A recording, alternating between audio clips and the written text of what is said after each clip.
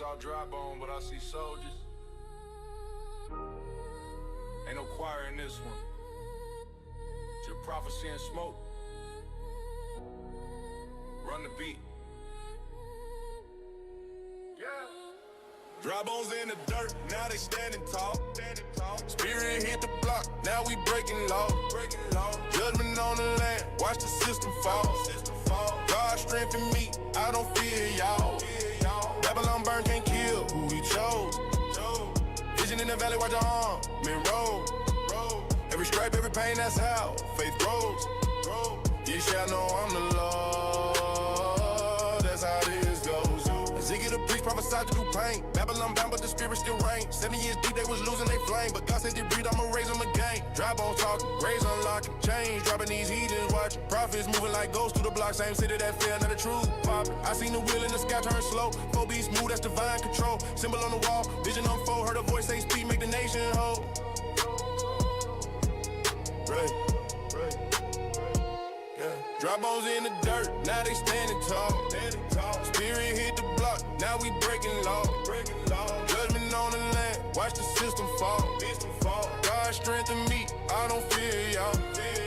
Babylon burn, can't kill who he chose. Vision in the valley, watch your arm, roll. Every stripe, every pain, that's how faith grows. You shall know I'm the Lord, that's how this goes. They carried us captive, thought we was done, but the breath came back when the war begun. I ain't preaching peace, I'm preaching the one that turned dirt men back into sons. Ask El mean, got strengthened, boy. Not from the gym, from the spirit's joy. You can strip my chamber, can't steal my call. I talk to heaven, I don't fear y'all. Future glory at the pain, that's a lesson. Judgment now, but the next one blessing. Trying to drown us out with deception, but he breathed life, there's resurrection. But he breathed life, there's resurrection. Ain't fold, ain't break, I was made for this. Prophet in the street still dangerous. Taught the dry bone, rearrange the mix. God said speak, so I raise my fist. Dry bones in the dirt, now they standing tall. Spirit hit the block, now we breaking law. Judgment on the land, watch the system fall. God strengthen me, I don't fear y'all. Babylon burn, can't kill, he chose. Vision in the valley, watch the arm, he roll. Every stripe, every pain, that's how faith grows. You shall know I'm the Lord, that's how this goes, real. Strengthened by God, not the system, not the chains, not the fame. He breathed life in the dry bones.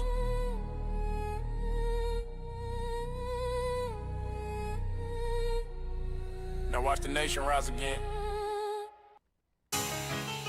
July be jamming.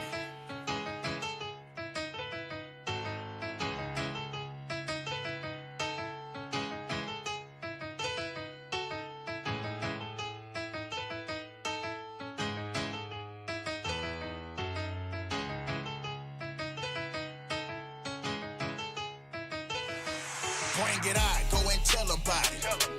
Open the eyes of the people around. Show yourself a man doing God's plan. You gotta make the people understand. Open up the Bible, gotta make it plain. You want them to change, but that bring pain. Don't talk about it, gotta be about it. Now set up camp, go ahead, get it rockin'. Bring it on. We body, bootstrap, we in the trenches with it. All praises to the Father, he put his spirit in me. Never looking back, we too close to the finish line. That's why I'm on my grind, do everything for the Most High. When the general call, we answer it swift. Hit the slap, getting our passports on them planes, teaching repentance, Lord. I'm about it, he about it. We're about our Father's business. True leader instilling this vision, got us all committed. Let's set up camp now. I got my reader with me. He going hard, I'm going in. We don't need a speaker. We warn for their souls. We approaching completion. Now stand up like a man. Get a sense when you teach it. A true father lead his household straight to the kingdom. A snub turned into a fall, but I'm never leaving. I'm all about that action. In my words, you can see it. I'm standing bold, I'm holding the line till Christ come redeem. Bring it out, go and tell about it. Open the eyes of the people around. Show yourself a man doing God's plan. You gotta make the people understand. Open up the Bible, gotta make it plain. You want them to change.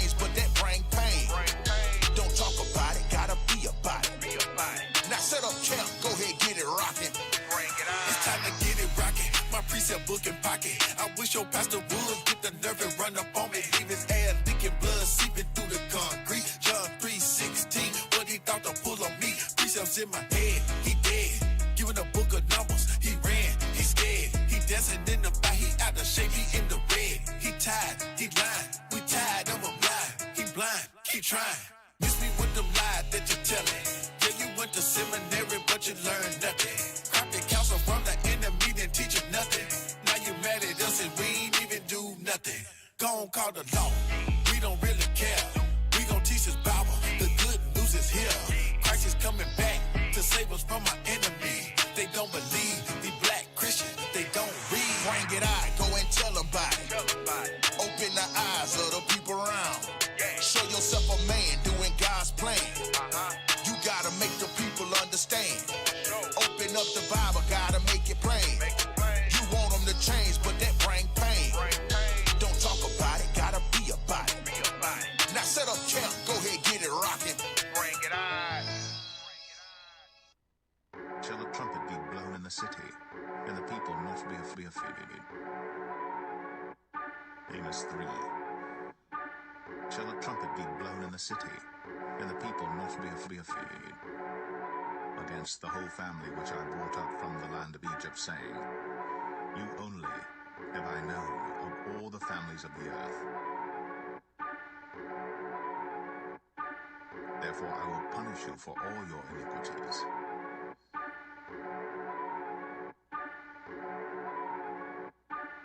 Can two walk together, except they be agreed? Will a lion roar in the forest when he hath no prey? Will a young lion cry out of his den if he have taken nothing? Can a bird fall in a snare upon the earth, where no gin is for him? Shall one take up a snare from the earth and have taken nothing at all?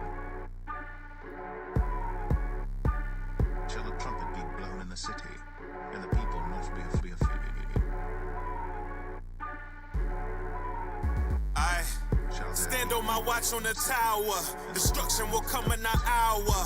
Vision of nuclear showers. I'm blowing the trumpet, I'm blowing the. I stand on my watch on the tower. Destruction will come in an hour. Vision of nuclear showers. I'm blowing the trumpet, I'm blowing the. You know that Babylon blowing up. That's why the prophets been going up. Devices of devils to slow us up. But if war on the Sabbath, we showing up. Or praise to the Father, he hold us up. We holy, that mean that we separate. Heathen be raising, that mean that they desperate. They know the prophecy, time of the sin lead to slavery, princes to peasants. Death is delayed, so we live for the present. Judgment for prophets that fear to express it. I gotta speak if they hear or reject it. Scattered, but somehow I feel we connected. Pennies for prophets that's always invested. Holding the wind till a third get the message. And Christ coming back and he black, yeah, you guessed it. Messiah is black and his father is black and his people are black and his saviors are back. Boots on the ground, we got troops in the trap. A 1611, my tool when I'm strapped. Messiah is black, Hosea is back. Josiah is black, admired is black. We speak the truth, what we bring it is fact. Treasure in heaven, what we came to stack. Endure to the end when the king come. Seek a better country, that's a kingdom. We got some liberty, never freedom. Speaking no evil to the people, but we ain't dumb. Bishop got the oil I'ma glean from. No love for the money or a gringo. It's only one Lord, that's a single. Doctrine get crushed in a can like a Pringle when we go. When we blow. When we blow them trumpets, will the people not be afraid? When we stand upon our feet, will they that see us not be afraid? Surely the Lord will do nothing, but he revealed his secrets unto his servants, the prophets. Watch him set us in order before your eyes. Just watch. Watch him bring the two sticks back together.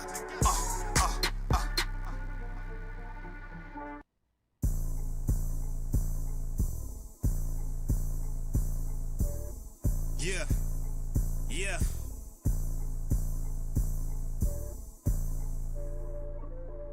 Check it. 10 toes coming down. Yeah. He the lamb, not the ghost. Son of man from the foe with no hands. Little horn gon' get smashed by the stone. He the master, alpha and omega. You a beta. Keep the law, meet the castrator. We the salt, but you lack flavor. I'm on my call and hit you back later. Still running, so I outpace you. Homesick like an outpatient. A real Jew, cause I'm not faking. It's that basic, I'm a blade runner. Running through Babylon like a maze runner. Double-edged sword for sure is the type of blade on them. Never bald at all, but a fade on them. Try not to get involved, got to stay humble. The chief builder built this house on a rock. Make the time short, Lord, speed the hands of the clock. The storms come and go, but we still on the block. We teach his name till that seal is pop, and the bombs are dropped. Cry loud, yeah, these voices like a trumpet sound.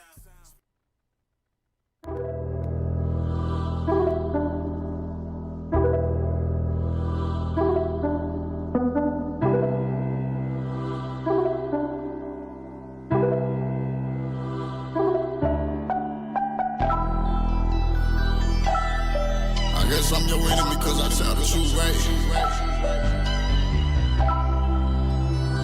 They hate him, they rebuke at the game, man. Yeah, I only say what I know. Yeah, I know what I know. I keep my ear to the streets. How you gon' hurt when you sleep? I know they hate what I'm doing, and they don't like how I'm speaking. No, they don't like what we saying. We only say what we see, this are bigger than me. I say what I know. Yeah, I know what I know. I keep my ear to the streets. How you gon' hurt when you sleep? I know they hate what I'm doing, and they don't like how I'm speaking. No, they don't like what we saying. We only say what we see, this are bigger than me. Bitch, let's be cold, I'ma sneeze on them. Prophesy to the wind, let me breathe on them. Foot on the gas, I can't ease on them. Boy, like a parrot, get clean on them. Perfect glory, yeah, perfect glory. I'm anointed, don't be coming for me. This wicked world ain't got nothing for me. Niggas still in the streets and they pushing for it. I'm really like that, just watch me cook. Even under pressure, I'm a pressure cooker. Sayings of the seers ain't no overlooking. We be overseas, yeah, we got them greed. Make them go to the nobles, gon' take me to trial. Watch out for these devils, they stay on the prowl. These niggas be clowns, these whores on them wild. Give them the milk, then why by the cow? Gotta be humble, become as a child. Keeping these laws so don't go out of style. Jump in that water, you swim or you drown. Going to war, ain't cracking a smile. Bringing it out, I'm controlling the crowd. The speaker go out, then we crying aloud. Then during the trial, we up in that cloud. 144,000, you see us from mine. Can't throw in the towel, yeah.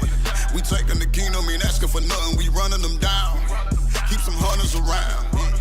Hard of a line, I'm standing my ground. Holding that line till I put on my crown. It's a perfect fit, it make perfect sense. Straight gate, you can't circumvent. I only say what I know.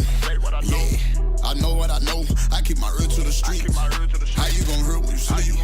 I know they hate what I'm doing, and they don't like how I'm speaking. No, they don't like what we saying. We only say what we see, this are bigger than me. I say what I know. Yeah, I know what I know. I keep my ear to the streets. How you gon' hurt when you sleep? I know they hate what I'm doing, and they don't like how I'm speaking. No, they don't like what we saying. We only say what we see, this are bigger than me. Mic check, mic check. We in this building. Yes, sir, yes, sir. Hey, Yeah. we in this building. Yes, sir. Hey, y'all. We in this Y'all know what it building. is. Y'all know what it is. It's 12:30 on a Monday. Come on. We in this building. We in the building. Sands of the Seas. Hey, y'all, we gonna have a good show. Lord's willing. Hey, I'm Officer Abishai. Also like him. And I got my brother, Officer Eliakim, with me. Yeah. Rita, his son, Hosea. We're going to have a good show, man. We're going to have a good show. Hey, but look, y'all know it's a lot going on. It's a lot going on in the world today, unless you're living under a rock. Unless you're living under a rock, you don't know what's going on, okay?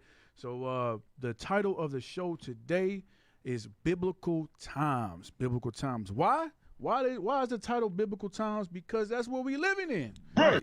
If you read the Bible, you know anything about the scriptures, you know that the biblical times, the time of our redemption is near. And unless you're living on the rock, you don't know. Come on. But that's why we here. We here. Sands of the Seers, we here to show y'all what's really going on, not what ABC is showing you, not what Caucasian News Network is showing you, not what all these false media is showing you. We showing you the truth, and we going to use the scriptures to bring it out, okay?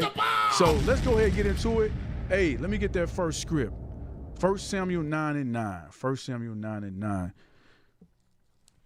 Let's go ahead and get it. I don't know if y'all aware, it's been biblical time since the beginning of time. Exactly. And it's just getting closer into our redemption. Right. That's while we're here. We're showing you, hey, our time is short here. We're in the last days, all right? Read that. 1 Samuel chapter 9, verse 9. Before time in Israel, when a man went to inquire of God, thus he spake, come, and let us go to the seer. For he that is now called a prophet was before time called a seer. Okay, so we are the seers, all right? The 12 tribes of Israel, you so-called blacks, Hispanics, Native Americans, you Israelites. You are the seers on this earth. You are the prophets, all right? And it's our duty to tell the people, show the people what's going on, why it's happening, how to get out of these problems that we're in, the solutions to these things, all right? But you must be aware. You must be locked into these scriptures, okay? So as y'all know, Maduro, hey, Trump ain't playing with Maduro, bro. I'll tell you one thing about Trump, bro. When he say he gonna do something, the brother gonna do something. He gonna make it happen. He's going to make it happen. So y'all know what's going on with Venezuela. There's a lot going on with Cuba. There's a lot going on just on the Western Hemisphere, period. It's a lot going on in the earth right now. Where all you Israelites dwell. Yes. And, hey, look, the heathen has always had it out for our people, bro. The heathen, no matter how it may feel, you in the land, you think you in America, you think it's all good, the heathen has always had it out. The white man, first and foremost, has always had it out for us. Esau, Idumea, Edom, his true name according to the Bible, he's always had it out for us, all right? And we're going to go through the scriptures showing you this ain't nothing new under the sun. He's always used the same playbook, all right? As we know, this man has no creativity whatsoever. Come on! Whatsoever, all right? Everything he has done, every policy he has passed, every law he has passed, he has taken it from other nations, all right? It's all a rerun, and that's where we're going into, all right? Let me get Matthew 24. Just to show y'all we in the last days, first and foremost. Matthew 24, and let's start at verse 3. Matthew chapter 24, verse 3. And as he sat upon the Mount of Olives, the disciples came unto him privately, saying, tell us, when shall these things be? And what shall the sign of thy coming and the end of the world? Okay, so the disciples were coming to Christ. They're asking a question on the top of the Mount of Olives. When will the last days be? All right, read. And Jesus answered and said unto them, take heed that no man deceive you. For many shall come in my name, saying, I am Christ, and shall deceive many. Okay, so first and foremost, Christ is letting us know, let no man deceive you, all right?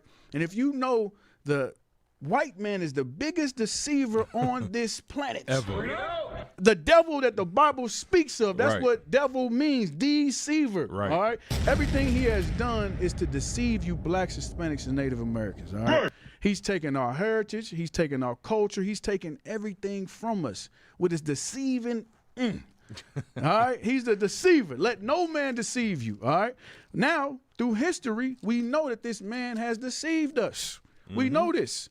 But when you come back to these scriptures, when you come back to the true understanding, you cannot be deceived. Yeah, he deceived y'all to think that he ain't the devil. He got y'all thinking that somebody else, a red man with a pitchfork, is the devil. But when you actually read the scriptures, Esau is described as a red man. So now he's deceived you thinking he's a savior when he's really the devil all along. He's the devil, and he's shown it through history. A lot of our people, we think Trump, he's all good. He's for us. I talk to brothers at work all crazy. They think this man really is in our best interest. Right. He's not. He is not thinking of you blacks at all. He really ain't thinking about nobody but himself. But you last on the list. Right. Everything he has done is a business move. Straight, just straight. Period. It's a business move to further his empire, to further his gene pool, his heritage. It has nothing to do with you. What he doing in Venezuela? All right, y'all think the gas prices might be a little bit lower. Okay. Yeah, okay. But it's a bigger picture than that. He's oppressing our brothers down there in Venezuela. And I'm telling you right now, it ain't stopping there. The oppression ain't stopping there. It's only a matter of time before it come up here.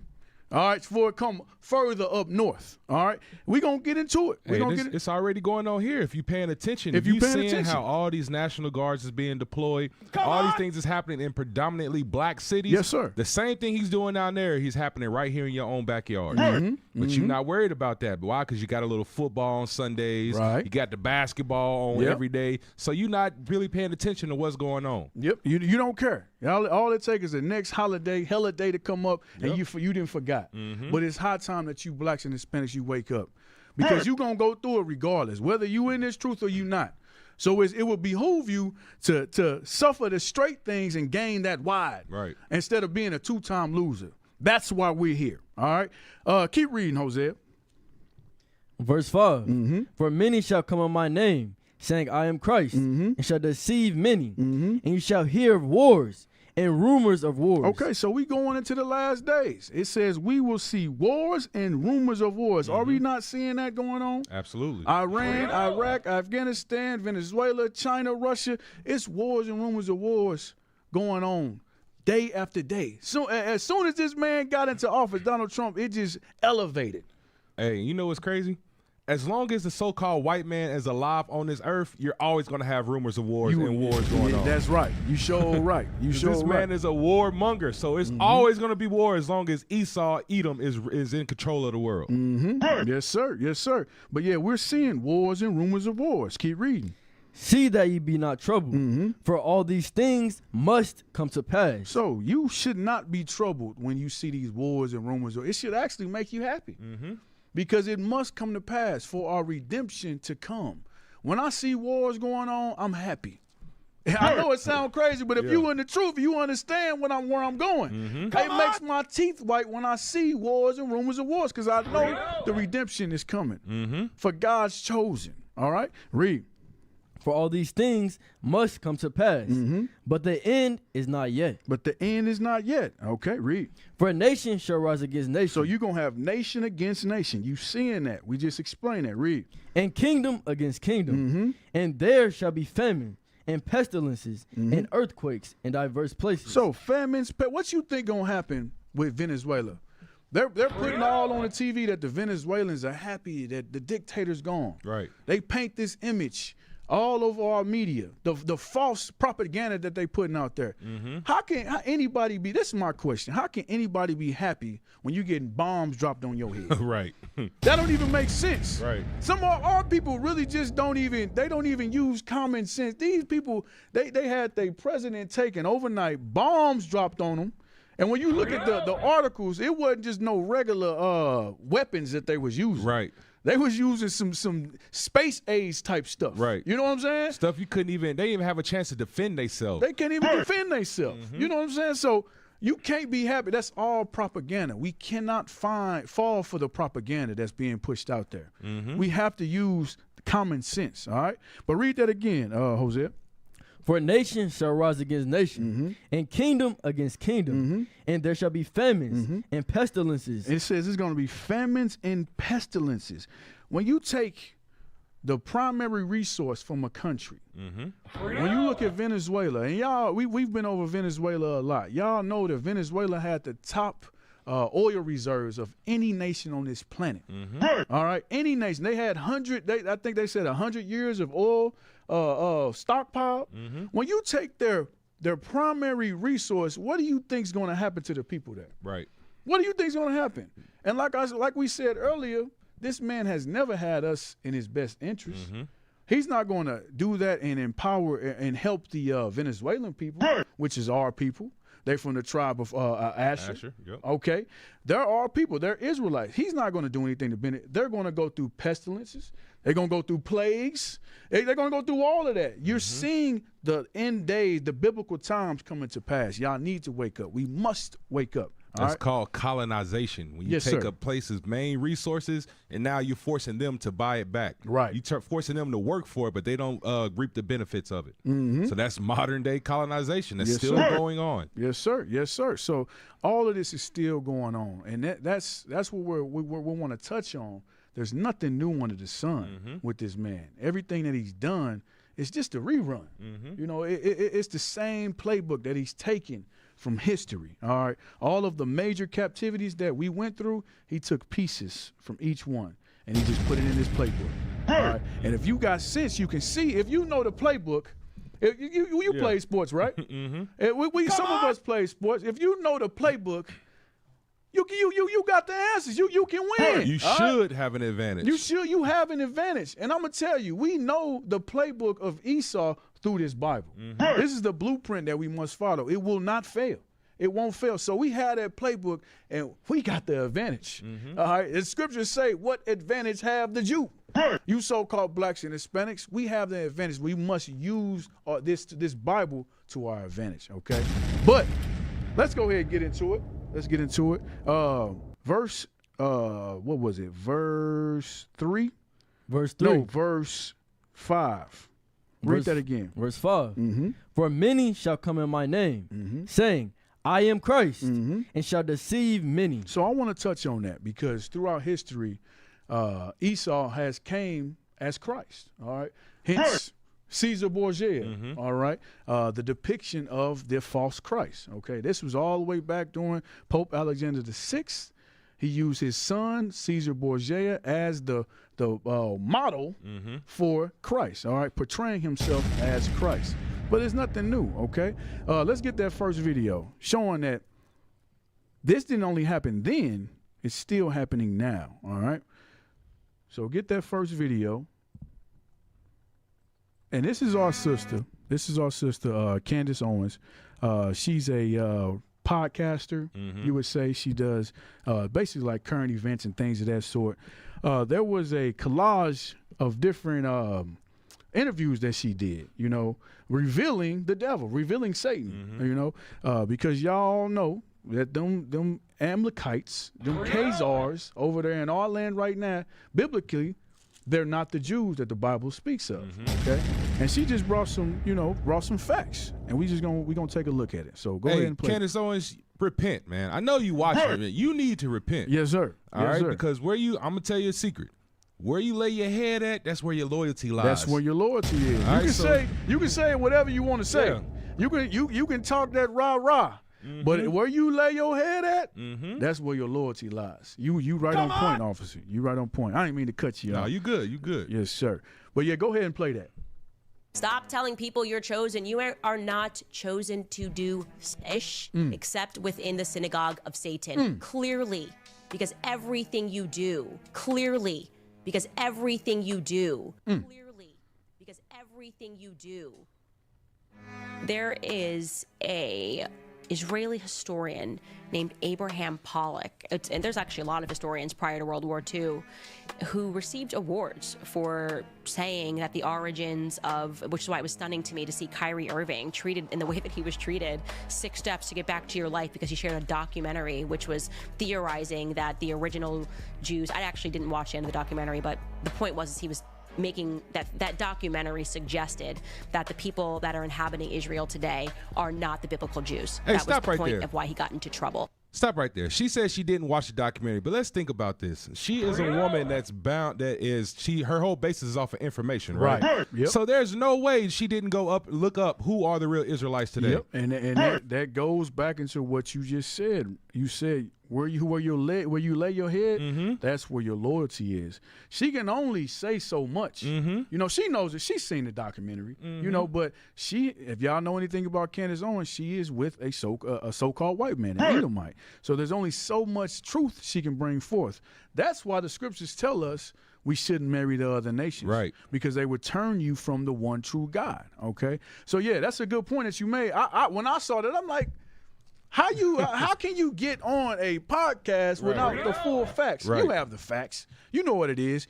And honestly, the sister been watching us. I'm going to be honest. See, everything she's saying ain't nothing new. Right. You know, nothing new is what that she's bringing out. She's been watching us, but it's only so much that she can say.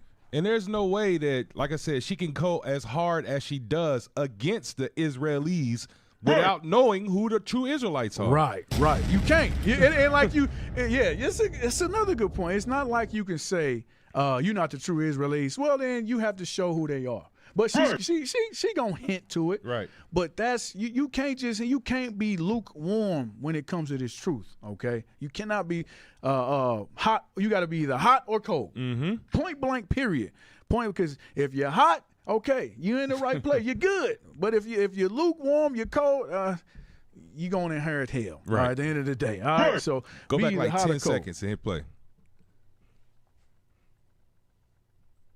To see Kyrie Irving treated in the way that he was treated, 6 steps to get back to your life, because he shared a documentary which was theorizing that the original Jews, I actually didn't watch the end of the documentary, but the point was he was making that documentary suggested that the people that are inhabiting Israel today are not the biblical Jews. That was the point of why he got into trouble.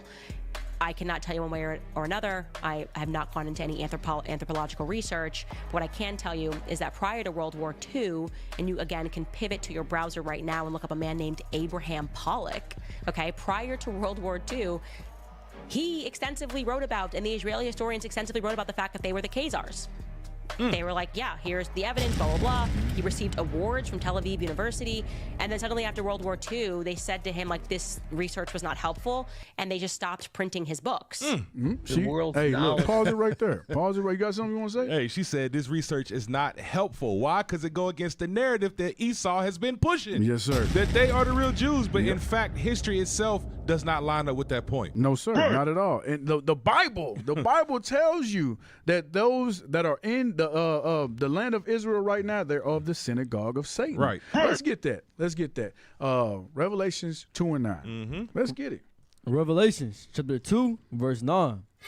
I know thy works in tribulation, in poverty, but thou art rich. So the scriptures say, I know your works in tribulation, in poverty, but thou art rich. This is going to, the Christ is talking to the Israelites, the true Israelites. He knows the tribulation that we go through. He knows our works, but he says we are rich. Why are we rich? We are rich spiritually because all the promises pertain to us. All right, read. And I know the blasphemy of them which say they are Jews and are not. He says he know the blasphemy, the lies of them that say they are Jews and are not. Read. But are the synagogue of Satan. They are the synagogue of Satan. They are the devils that the Bible speaks of, the deceivers. And what they have done throughout history is has deceived God's people, the blacks and Hispanics. All right. But this is all a rerun or what is it? What do they call it when a plagiarism? They just plagiarize history. This ain't nothing new. All right, let's get the history on that. Where did they get this from? Because like the sister said, she just said that there's research, or she did a little research showing that they are the Khazars. They were put into that land. This ain't the first time other nations have been put into our land. Right. This is just plagiarism. Let me get that in Kings. I think it's 2 Kings 17. 2 Kings 17. What is it? 2 Kings 17, start at verse 23. It's all plagiarism, bro. There's nothing new under the sun. Esau, this is Esau's playbook. Read.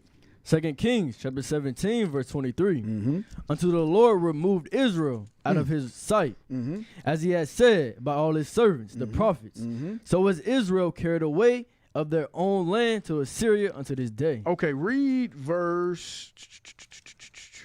Start at verse 22. I'm sorry. Verse 22. For the children of Israel walked in all the sins of Jeroboam. Okay, so it says the children of Israel, we walked in all the sins of Jeroboam. Okay, read. Which he did. They departed not from them. And we didn't depart from the sin of Jeroboam. Read. Until the Lord removed Israel out of his sight. This is the consequence for us not keeping God's laws, for sinning against our God. All right, this is the consequence. Read. As he has said by all his servants, the prophets. So was Israel carried away out of their own land to Assyria unto this day. Okay, so this is during the Assyrian captivity. The Assyrian king, they took us from our land and they took us to Assyria as slaves. All right, read.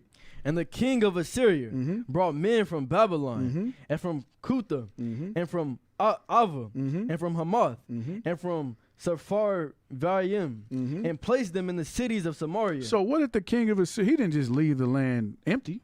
He didn't just leave it barren. What did he do? He took other nations and put them in that land. Same thing that Esau did in 1917 when he signed that Balfour Declaration. You can easily go and Google it. This is information that's there. It's open. We've been talking about this for years. In 1917, Esau, or was it the Belgian government? Help me out. Well, we're just gonna say Esau. Right. Esau took the Khazars and put them in our land. Okay? Yeah, pull that up. British. There we go. I knew I was close. Pull that up. Balfour Declaration. Go ahead and read that. The Balfour Declaration of 1917 was a British government statement supporting a national home for the Jewish people. And Palestine expressed a letter from the Foreign Secretary Arthur Balfour to Lord Rothschild, issued during World War I. So this was issued during World War I by Balfour Lord we all know about the Rothschilds. All right, read.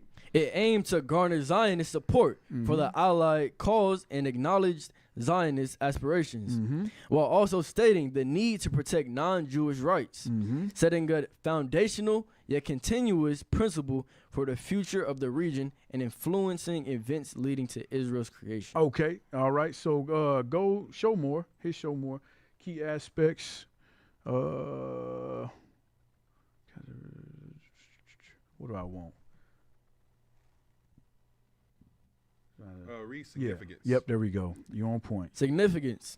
It became a cornerstone of British policy in Palestine and a major catalyst for the Zionist movement. They call it the Zionist movement. All right, read. Profoundly impacting Palestinian Arabs and shaping the Middle East conflict. Okay, so who was in that land first before the Balfour Declaration? The Palestinians. They took it as well. It's not their land at all. All right, but in 1917, Lord Rothschild, he said, hey, we're going to put our people in that land, all right? We're going to put the Khazars in that land. And that's what Candace Owens is talking about. And it goes back to, let's go to 2 Kings 17, the same playbook that they've been using. They've plagiarized from different nations, simple as that. Read.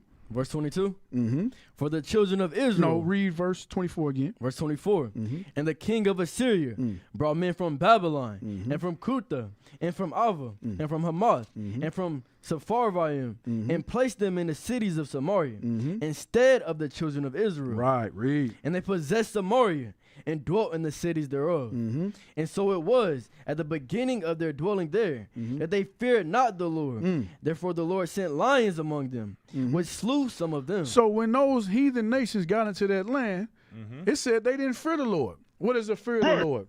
Keeping the commandments. Right. They did not keep the commandments. The heathen, they don't have any aspirations to keep God's laws, point blank, period. Right. All right, but this is what happened. Read verse 27. Verse 27. Come on! And the king of Assyria commanded, saying, carry thither one of the priests whom you brought from thence, and let them go and dwell there, and let them teach them the manner of the God of the land. So they took one of our priests and they put him in that land to teach our laws, okay? Our laws. Read. Then one of the priests whom they had carried away from Samaria came and dwelt in Bethel and taught them how they should fear the Lord. Okay, read. Howbeit, every nation made gods of their own and put them in the houses of the high places, which the Samaritans had made every nation in their cities. So they were taught our laws, right? But did they keep our laws fully? No, they didn't. They always mingled it with something to do with their God or some type of idolatry. No difference than the Jewish in our land today. Right. When you look at it, when you look at Judaism, that's what they practice, Judaism. It ain't got nothing to do with this Bible, with God's laws and commandments. When you really delve off into it, they take a little bit of our laws and they mix it with their own customs. All right, it's nothing new under the sun. No nation has any aspirations to keep God's laws. All right, but let's go back to the video. Let me back you up real quick on go that. ahead. Get 2 Maccabees 11:2, because like you said, this is not a new playbook. Esau has always been coveting our land. And what do they do when they covet? They move us out the way, and they move people into that land. Right. Read 2 Maccabees 11 and 2. 2 Maccabees chapter 11 verse 2. This is during the Greek captivity. Who are the Greeks? The so-called white man today. Esau. Read. And when he had gathered about 80,000 with all the horsemen, he came against the Jews. Came against who? The Jews. Read. Thinking to make the city and the habitation of the Gentiles. Thinking to make what city and habitation of the Gentiles? Jerusalem, our homeland. This is what this man was thinking, right? Now jump down to verse 4. Verse 4. Not at all considering the power of God. What does Esau do? Read again. Not at all considering the power of God. They don't consider the power of God. Why? Because this man thinks he is God. That's right. Yep. Read. But puffeth up with his 10,000s of footmen and his thousands of horsemen and his 80 elephants. What does he trust in? His military might. All right, ain't nothing changed. Just like the officer said, this has been the same playbook from the very beginning. From the very beginning. Esau is puffed up against the Lord, and they trust in their armies and their militaries. That's right. Yes, sir. Yes, sir. You on point. Good precept. Hey, let's play the next section of the video. The next timestamp. The sister's right. She's on point. And one thing, and this is a big thing, by the way, so I'm really hoping that a lot of people who are Jewish are watching this as well. That struck me as really odd when I was learning about Sabbatianism, and this really shocked me in my core because I've always told you guys I grew up with a large Jewish community. All my best friends were Jewish growing up, and I've always seen like the Star of David. That is a lot of Jewish people wear as a necklace, you know, and I thought that that was associated traditionally somehow with Judaism. And so I was very surprised, and I will ask the question, do you know the history of the Star of David? Why is it being called the Star of David?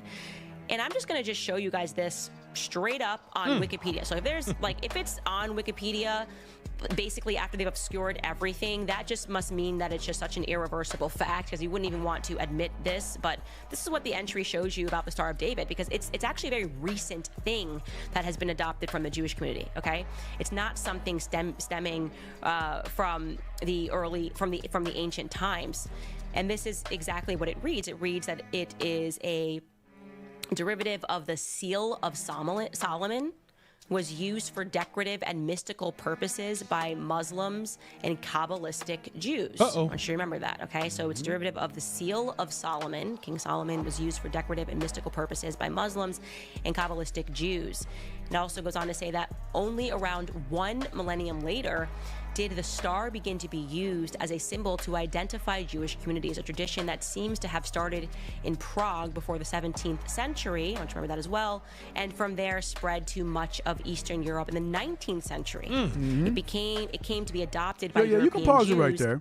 She said enough. She said enough. But she's going into the famous Shield of David, or the Star of David, which we just read in Matthew 24 that they may deceive you. Okay, this is a deception that's been put on some of our people. Some of our people that call themselves Israelites, they take hold to that thing. Right. They wear that thing with all pride. But when you actually look at it in the Bible, that has nothing to do with God's commandments. It's actually idolatry. Okay, let's get it in Acts 7.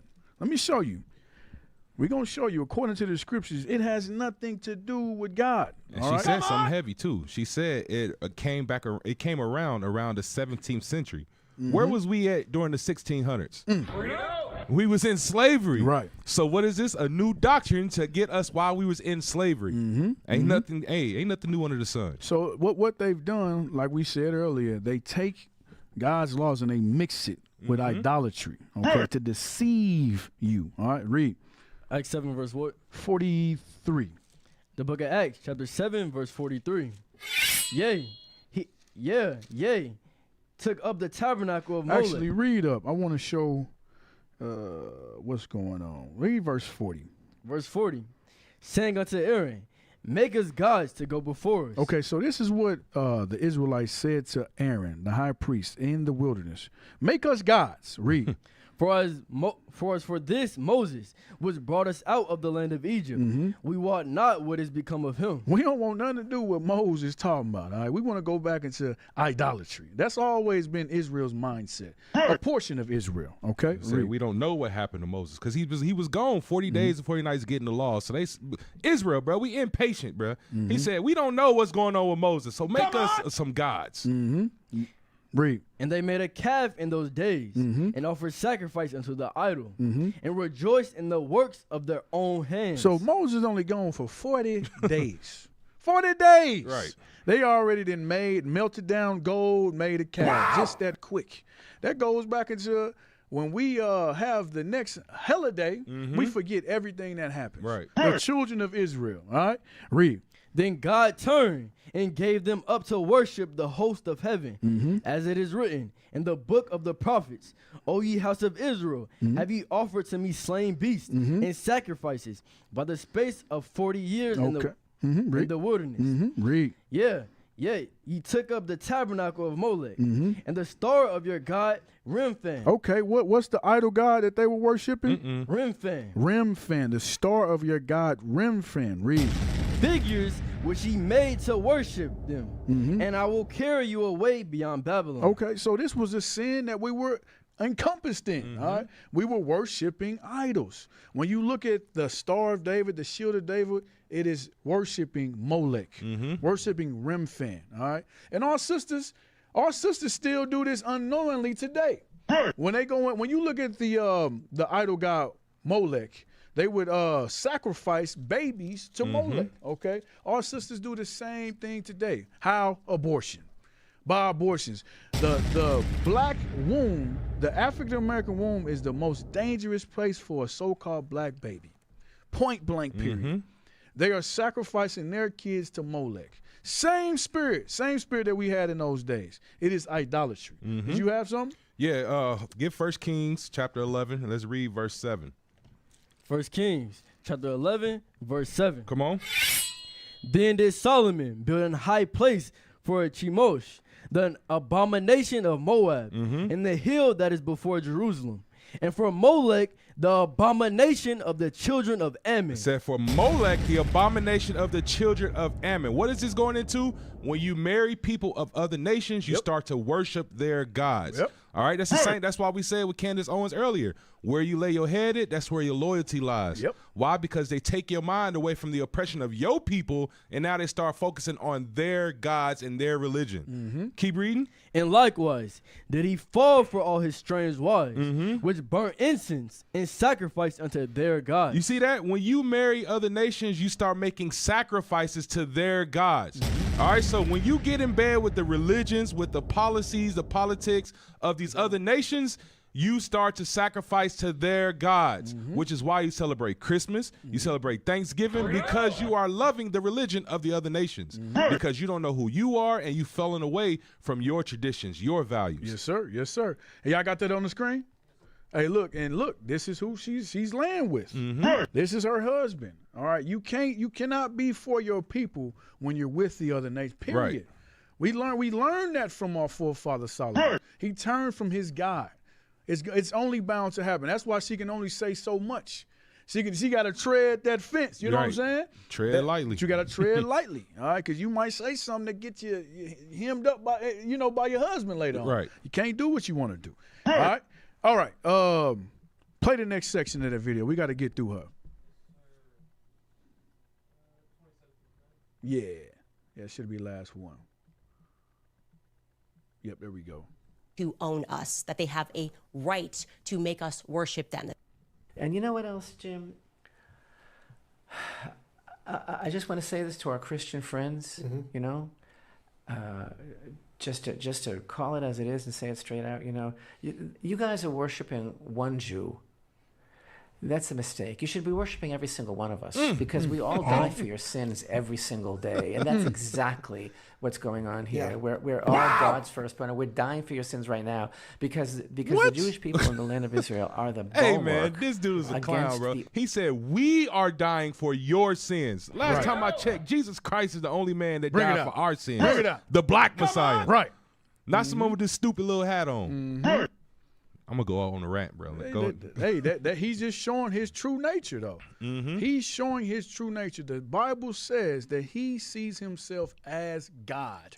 He thinks that he's God. Right. He thinks that he died for our sins. But that's contrary to what the Bible said. Let me get that. I think it's Psalms 50. Come on. Holding himself as God. Psalms 50. Read verse 16. Psalm chapter 50, verse 16. Bring it out. But unto the wicked, O God, say, what hast thou to do to declare my statutes, or that thou shouldest take my covenant in thy mouth, seeing thou hatest instruction, and castest my word behind thee? So this is the mentality of him. He hateth instruction. He hateth every commandment that comes out of this book. That's why you get the shield of David. That's why you get the ZZs. That's why you get gefilte fish. The hell do gefilte fish got to do with the Bible? All right? That's why you get that stale unleavened bread. Right. You know what I'm saying? Unleavened bread supposed to be sweet. It's supposed to taste good. All right? Right. That's why they got that stale, bland crack. What they eat? Crackers? Yeah. They don't want nothing to do with God's laws. They ain't got no salt, no light, no nothing. All right, read it from the top. Sing, but unto the wicked, O God, say, what hast thou to do to declare my statutes, or that thou shouldest take my covenant in thy mouth, seeing thou hatest instruction, and castest my words behind thee? They cast every word behind them. They don't want to keep law number 1. All right. Let me get Revelations 3:9. I thought that said holding himself as Satan. Read verse 21. Is it 21? Verse 21. These things thou hast done, and I have kept silence. Thou thoughtest that I was altogether such as one as thyself. This man thinks God is with them. Right. I'm even go a step further. They think they are God. Right. You know what I'm saying? They think everything they're doing is 100, and God is walking right along with them. But that ain't the truth. Keep reading. But I will reprove thee. He gonna reprove thee. Read. And set them in order before thine eyes. Read. Now consider this, ye that forget God, lest I tear you in pieces, and there be none to deliver. Judgment is coming to this man. And it's coming faster than you can believe it. When you look at the signs of the times, you can see our redemption is nigh. All right. But we must wake up. We must come back to God's commandments. Candace Owens, get rid of that white man. I'm telling you. I'm telling you. He's gonna take you to damnation. All right. You will not inherit the kingdom of heaven. You can say all of this good information. You can talk about we the real Jews, all of that. But until you keep God's laws, you will inherit the damnation, the lake of fire. All right? Go back to that video. Did you have something? I just want to know where in the Bible can I read the words Star of David? Right. Come on. Bring it up. It ain't. I'll wait. I'll wait. It's not in there. They hate instruction. Right. They don't want to keep any of God's laws. All right. But let's go ahead and drop that. Let's drop that.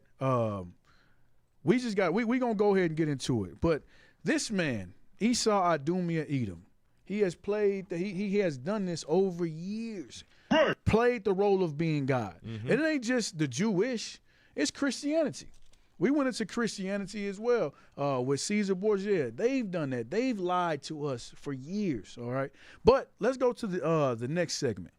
Go ahead and pull up that video there. Was that that TikTok? Yeah. So this is what America has done. All right, under the guise, because we just read everything that this man does, he does it thinking that God is with him. Right. He think all these policies, all these orders, all these executive actions, all of this is of God. Okay, and we're gonna get off into it later. They believe it's a divine order, manifest destiny. The reason why they're doing it. The reason why they came and conquered this side of the land. The reason why they assassinate certain leaders. They think God is with them. But that's far from the truth. All right. So is this up on the screen? No, sir. Okay, go ahead and put that up. Because we know what's going on right now. Maduro, how do you say his name? Maduro. Maduro was hemmed up, taken out of his land. And Trump, he says he was justified. It was okay. I'm saving the people. I'm relieving them from a dictator. They paint this picture that this man was so evil. But when you really peel back the layers, you understand he was for his people. But this is the same playbook that they always run. So this is a list of African leaders whose political visions ended in assassination, all right? What America has done throughout history, plagiarizing history, they have assassinated leaders, they have defamed leaders, they have taken lands. They have done all of these things, but they try to paint a picture as they are doing it under the guise of God, right? Or they're doing it to relieve the people from their captivity. But they're the true captives, right? But we're gonna get into, I'm not the true captive, but the true oppressors, all right? We're gonna show you different leaders that they've done this to. This is the same thing that they've done throughout history. What they really trying to tell you when they say that is they're trying to free you from your own liberation. They're trying to say y'all got too much freedom. When y'all got people that look like you ruling, they remember what happened in the times of King Solomon when he was in rulership, when King David was in rulership. So when your own people lead you, y'all got too many liberties. I don't like that. That's what Esau, that's his mindset. That's what has always been his mindset. Yep. And it's usually one of two things. If you don't align with their beliefs, you got to get out. All right. And it's a power struggle as well. If you taking minerals, resources, if you ain't adding to their economy, their wealth, yep. It's a problem. So it's either one or two things. You got to align with their beliefs, or you got to be bringing something to the table. All right. So go ahead. Let's go through that. Different leaders. Patrice Lumumba. So you got Patrice Lumumba. This is a leader that was assassinated. All right. Read a little bit about him. Congo's first prime minister, pushed for true political and economic independence after colonial rule. His refusal to align Congo's future with external interests quickly isolated him. He was arrested, transferred, and executed under circumstances later acknowledged as involving foreign complicity. Complicity. All right. So this is one African leader that America assassinated. Right. All right. He was for his people. He was for bringing his people together. All right. He did no wrong, but they painted him as a bad person. All right. Look at the words it says right there. It says refuse to align Congo's future with external interests. Who's that talking about? The so-called white man. Right. Refusing to align with their policies and their ideology. Yes, sir. Yes, sir. Next, we just gonna read some of them. Thomas Sankara. He's another one that they said he was for his people. Read. A revolutionary. No, just go to the next. We can't read them all. Excuse me. Amilcar Cabral. All right, he's another one. Read. Salvanius Olympio. Read. Keep going. Chris Hani. Read. Go. Keep going. Eudoro. I can't say it. Mondlane. Okay. Keep going. Muammar Gaddafi. Go ahead and read a little bit about Gaddafi. A polarizing figure who combined Pan-African ambitions with authoritarian rule. It's a word that I want to stress on that. Pan-African. Okay. Let's pull that up because you're going to see it a lot. Well, what does it mean to be Pan-African? Let's pull up because the first thing you think about is Egyptology. You know what I'm saying? He's no Egyptologist. Patrice Lumumba, he believed in Pan-Africanism as well. But there's something I want to explain to you dealing with the Pan-Africanism. All right, go ahead, read that. Pan-Africanism is a global movement and ideology uniting people of African descent through shared heritage, history, and destiny. Okay, so just stop there. Pan-Africanism, what they're doing, they're uniting the people. They were uniting the people of Africa, all right? A lot of our brothers and sisters, they are in that country, right? All right? And through history, throughout history, colonization, they have lost their true heritage. They have been separated, all right, from who they truly are. So all Lumumba, all these other leaders, all they were doing was trying to unite the people. Same thing that Ibrahim Traoré is doing right now. And I'm telling you, he's ruffling feathers as well. He's going down the same path as some of these other leaders. Lord's willing, the brother, he's okay. But we've been reading that there's been some attempts on him as well. Right. All right. There's been bombs going off really close to close. Burkina Faso. Right. Okay. So I'm just saying, throughout history, you see what may end up happening to this brother. Lord's willing, that doesn't happen. But Pan-Africanism is just reuniting the people. That's all it is. All right. So don't think he's an Egyptologist or anything like that. All right. All right. Let's go back. All right. Read that again. A polarizing figure who combined Pan-African ambitions with authority and rule as Libya collapsed into conflict. He was captured and killed during the uprising, marking the violent end of one of Africa's largest running regiments. Okay, regimes. All right, so if you know anything about Muammar, it's a lot being said about Muammar Gaddafi lately, all right? Because what we see going on in Venezuela, what we see going on through the Trump administration, it relates, it's very similar, ironically, to what's happened in the past. And Muammar Gaddafi, Patrice Lumumba, Fidel Castro, these different leaders, their names are coming up, okay? Because it's the same playbook. It's the same playbook. But go ahead and play that video. Killer Mike. We killed Gaddafi. We knocked him off the motherfucking sure, face. absolutely. Right? Yeah. Right? You're like, absolutely. But as a black person. Hey, hold up. Stop Stop right there, man. This is the pride of this man, man. If you listen, you just got to listen to the Edomite in this video. He's like, absolutely we did. You know, he sees nothing wrong with what he did. But when you, like I say, when you peel back the latest, we going to show you what's really wrong. All right? But keep playing. We killed Gaddafi. We knocked him off the motherfucking face. Sure, absolutely. Right? Yeah. Right? You're like, absolutely. But as a black person, I saw slavery return to Libya. I saw a man who was willing to help black people in their plight and their struggle by giving billions, ignored.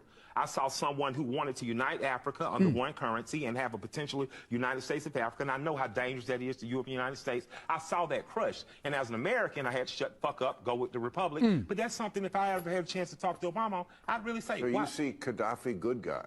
I see Gaddafi has been not as bad as they said. But I can't see any president I have as a good guy. I love Obama. The symbol of Obama is up in my motherfucking house. He's a black man. He became president. And he did more drone bombings than any other U.S. president. Stop right there. Stop right there. That's some heavy stuff.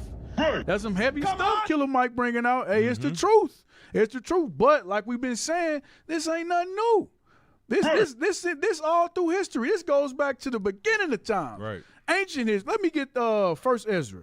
First Ezra is 5, I think it's 70. First Ezra is 5 and 70 because Killer Mike's he said Gaddafi wasn't as bad as what America said he was. The way that they published him, the way that they put him out there was that he was just the worst person on this planet. He was a dictator. He killed. All you see is he murdered thousands. But you never hear anything about he created schools, health care, trying to unite the people. You don't hear that side of the story. But they only put out what they want you to hear, all right, through their media. Read that. First Ezra, chapter 5, verse 70. Verse 17. No, Go ahead, read. But just start up. I like to get the, Gotcha. Go ahead. Verse 17? 70. Verse 70. Then Zerubbabel and Jesus and the chief of the families of Israel said unto them, It is not for us and you to build together an house unto the Lord our God. So this man, he's taken from this same play. It's the same playbook as a heathen, all right? Come on! The heathen, they act as if they want to help build. Okay, whenever they see us uniting, getting together, coming back to who we truly are, because if you know anything about the history of Zerubbabel, he was rebuilding the kingdom. All right? He was rebuilding Israel. All right, read it again from the top. Then Zerubbabel and Jesus, the chief of the families of Israel, said unto them, It is not for us and you to build together an house unto the Lord our God. We ourselves alone will build unto the Lord of Israel, according as Cyrus the king of the Persians has commanded us. So Zerubbabel said, it ain't for you to help us rebuild our kingdom. We need to do this alone because he understood the scriptures. The scriptures say, never trust thine enemy. For as iron rusteth, so does his wickedness. They always got an alternate agenda. Period. They got an alternate. He knew that thing. All right. Read. Hey, and when you think about Gaddafi too, remember Gaddafi was trying to establish their own currency backed by their gold reserves, and America said, "Nah, bro, that ain't about to happen." They don't like that. Read. But the heathen of the land, lying heavy upon the habitations of Judea, and holding them straight, hindered their building. What did they do? Hindered their building. So if you really wanted to help us build, you can do that from the behind the scene. Right. You don't have to actually put brick to mortar. Right. You know what I'm saying? But that shows that they never want us to unify. That makes the heathen rage. That makes them mad. All right? Is it more? And by their secret plots and popular persuasions and commotions, they hindered the finishing of the building. So this is a tactic that they've used throughout history. Their media, their secret plots and popular persuasions. They will put out what's called propaganda. Right. Propaganda saying that the Jews are against them, the Jews are evil. The same thing they did with Muammar Gaddafi, saying that he's a dictator, oppressing the people. The same thing they do with all of these leaders. They do the same thing with all of them, all right? But what makes America so much better? Right. That's the question. What makes America so much better? When you really look at it, America, they've been wreaking havoc for years. Right. To this day, they've been doing it. Donald Trump, he ain't even been in a full year, and the Israelites have been getting it. They have been getting it since this man has got into office. Right. And you say this man ain't evil? Come on, man. What's going on? But is there more on that? No, sir. All right. So that's the same playbook, same thing that they took from the heathen, all right? Go ahead back to the Killer Mike's video. And he became president, and he did more drone bombings than any other U.S. president before him. He and Hillary Clinton disturbed a country called Libya, in which you used to have a free house, free education, free, and now it's not free anymore. And there are people who look like me that aren't free. So as much as I love my republic, You know, it was a very repressive dictator. I hear what you're saying. Look at We're him. living He's under a one very now. We ain't repressive storming the fucking dictator. well. And what's that? You know what?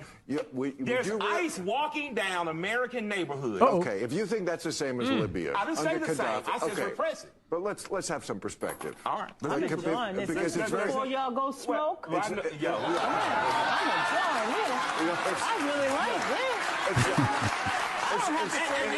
It's very easy to lose. And when the emails came out, the emails said essentially we were doing it for the French. Like, how long do the French get to fucking live off Haiti, Libya, West Africa? How long before you got to ante up what's in the Louvre? The French are still living off Haiti. Pause it right yeah. there. Pause it right there. Look, when you really look at it, this man has oppressed every nation he's touched.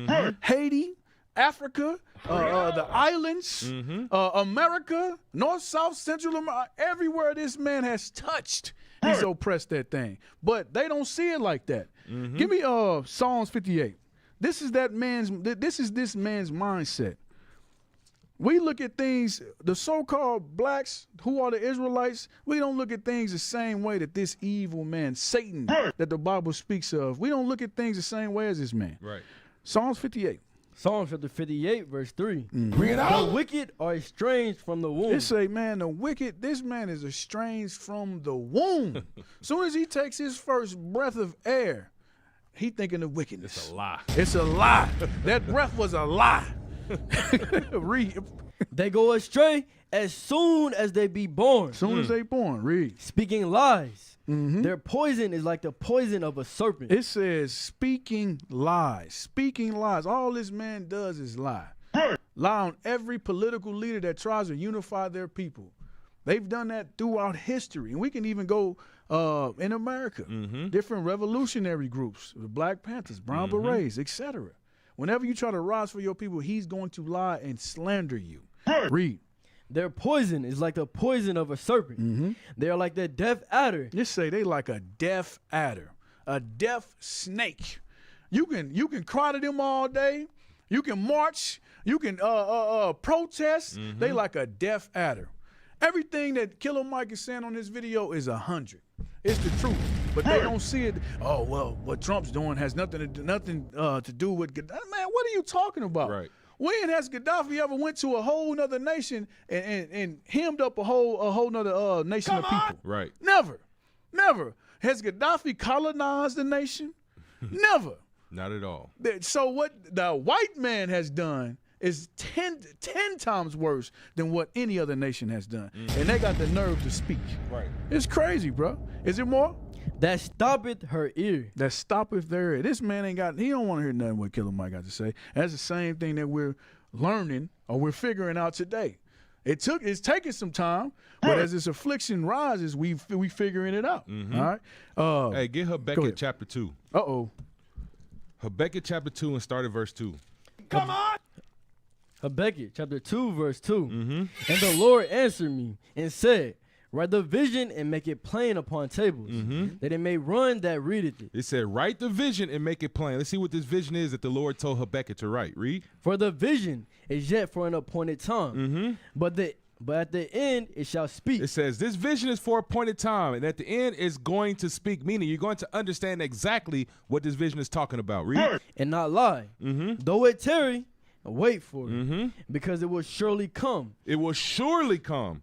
It will not tarry. Read. Behold, his soul which is lifted up is not upright in him. This so-called white man, his soul is not upright in him. Like we just read in Psalms 58, this man is estranged from the womb. From the womb, his soul is not upright in him. Read. But the unjust shall live by his faith. Read it again. Behold, his soul which is lifted up is not upright in him, but the just shall live by his faith. But who are the just? We are the just. We will live by our faith in every word of this Bible. Read. Yea, also, because he transgressed by wine. What does this so-called white man do? He transgressed by lies. When he goes in the country, he paints a narrative that these people are doing something that they're not. It's called propaganda, which is another tactic of war. Read. Right. Neither keep it at home. And this man don't keep at home. The so-called white man got his hand in everybody else's business but his own. Right. Why? Because his soul is not upright in him. He's a covetous man. He wants everything that's on this earth to be his. Read. Who enlargeth his desire as hell. Read. And is as death and cannot be satisfied. Why is he as death? Because everywhere he goes, he's destroying. He's killing. He's bombing. Why? Because his gift is a gift of war. Right. And when you read back the blessing that was given to Esau, it says his dwelling shall be in the fatness of all the lands. So what we're seeing right here is this man doing exactly what he was bred to do. Go in and take over places. Read. But gathereth unto him all nations, and heapeth unto him all people. It says he gathers all nations and heap all people. So what is he doing? Controlling the earth. Controlling it. Pull up that the map of the U.S. embassies. Right. This is an example of him gathering and all. What is he? What do you have to do in every other nation? First and foremost, you the vagabond of the earth. You don't have a nation. Right. You don't even have. You are a bum of the earth, but you got the nerve to be in every other nation. Everyone. Who says that you can dictate? Right. They want to say dictator, but who says that you can dictate who is fit to rule and who's not? Right. In a whole nother country. That just shows the mindset of this man. People that are born and raised in that country, you say they not fit to handle the issues that's going on in that country. Right. Who are you? This man, the pride of this man is crazy. Is that the U.S. No, you had it up. Yeah. You just had it up. Yeah, you had the other one up with the. There it is. That's it. This man, it says he has 845 embassies worldwide, and growing. I guarantee you, it's growing. This man is everywhere. This shows you that he is who the devil that the Bible speaks of. Right. This is Esau. All right. And like man, there's nothing new under the sun. When you think about the Greeks during the time of Maccabees, what were they doing? They were sending out their rulers to conquer and set up their leadership in all these countries. Yep. Ain't nothing changed. Yep. But yeah, go ahead and drop that. Drop Killer Mike too. Play the next video.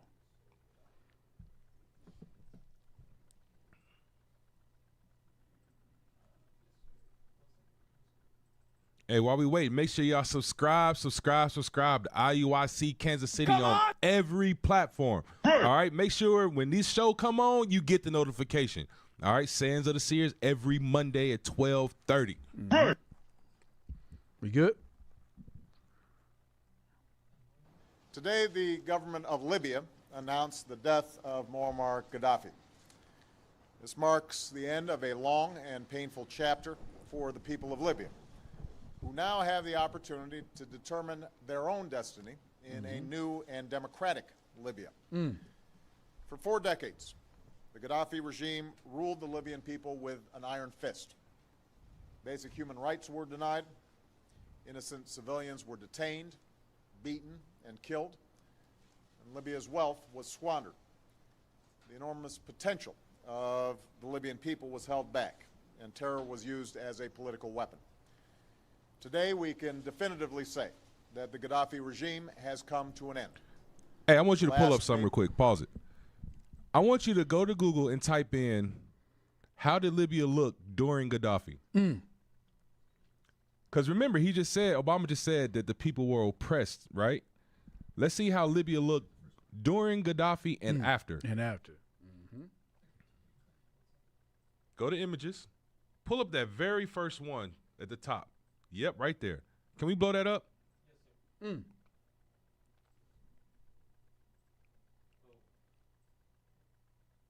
Look at these photos. It's all good. Just go back. Look at these. Just go down. Look through the photos. Look at these photos of Libya during Gaddafi. During Gaddafi, right? You see this one right here to the far left? This is before Gaddafi was killed. Look how vibrant that city looks. All right, now go down.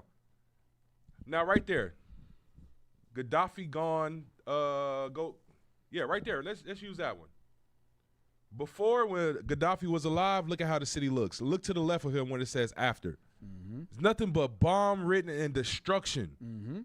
So they keep saying that Libya was such a bad place during Gaddafi, but it was flowing with life. The economy was stable. Now afterwards, it's nothing but destruction. But they don't televise that. They don't televise that. That ain't on TV at all. What they put on TV, and they use Donald Trump. Not Donald Trump, but Barack Obama. He was killed during his term. Right. They used him as a puppet to make it seem like this man was so bad for the people. Libya was flourishing, and Africa was on his way. All right. It's the same with all the countries today. When you think about Haiti, when you think about Gaza, when you think about all these different places that America has gone in and bombed, they look way better before, when they had the so-called dictators or oppressive rulers in place, than they do after America gets involved. Right. Yep.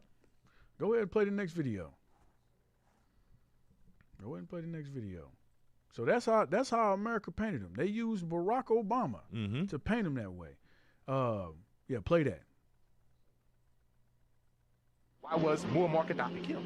Muammar Gaddafi was murdered because he, along with the other African heads of state, were about to bring into existence Africa's first central bank. They were erecting a central bank in Africa, which was going to do what? Back its money to the resources under the ground in Africa. Now, what would that have done to the global economic order? Remember, the United States dollar isn't backed on any natural resource. The British pound isn't backed on any natural resource. The Canadian dollar, the European Union, their currency isn't backed on any natural resource because Europe doesn't have a lot of natural resource.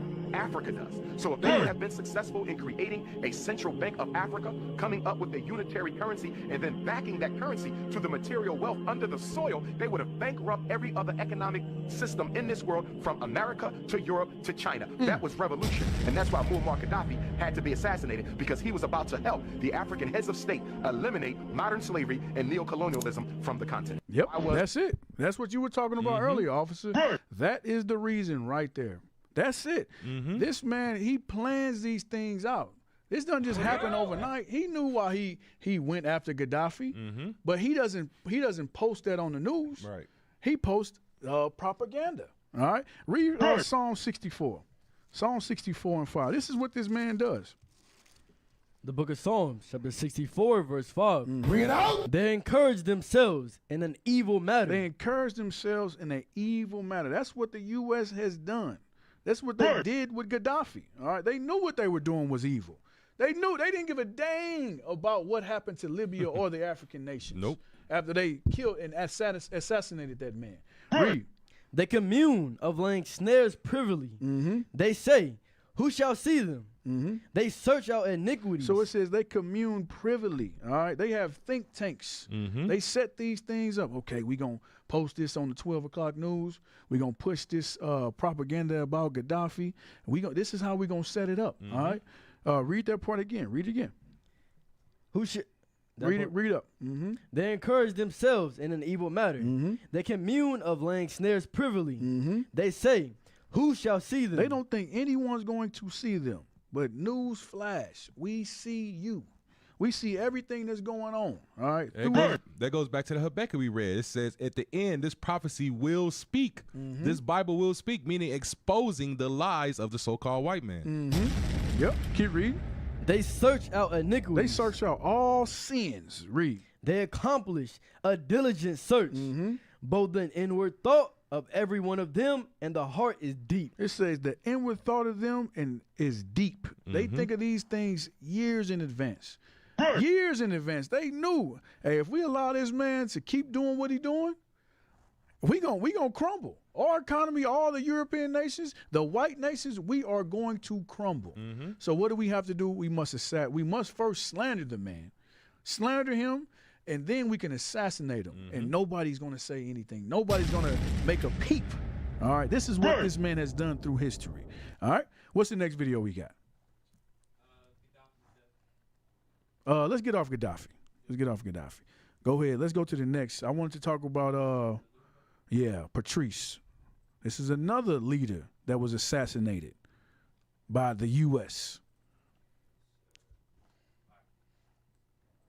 Let's take a step back. Here's Lumumba negotiating Congo's independence in Belgium. And here he is on the day of Congo's independence, giving an impromptu and fiery speech. Nous avons connu les ironies, les insultes, les coups que nous devions subir matin, midi et soir, parce que nous étions des nègres. The man in white is the Belgian King Baudouin. He was shocked that Lumumba dared to speak about the atrocities committed by Belgian colonialists. Baudouin and other Western leaders saw Lumumba as a threat to their power. And above all, they wanted to keep control of Congo's mineral resources. There you So go. they sided with his That's political the end enemies goal. and That's the orchestrated end goal. his Go ahead and assassination. pause it. It's all about the resources. It's all about the minerals and resources that they can profit off of. Every nation has been through Africa.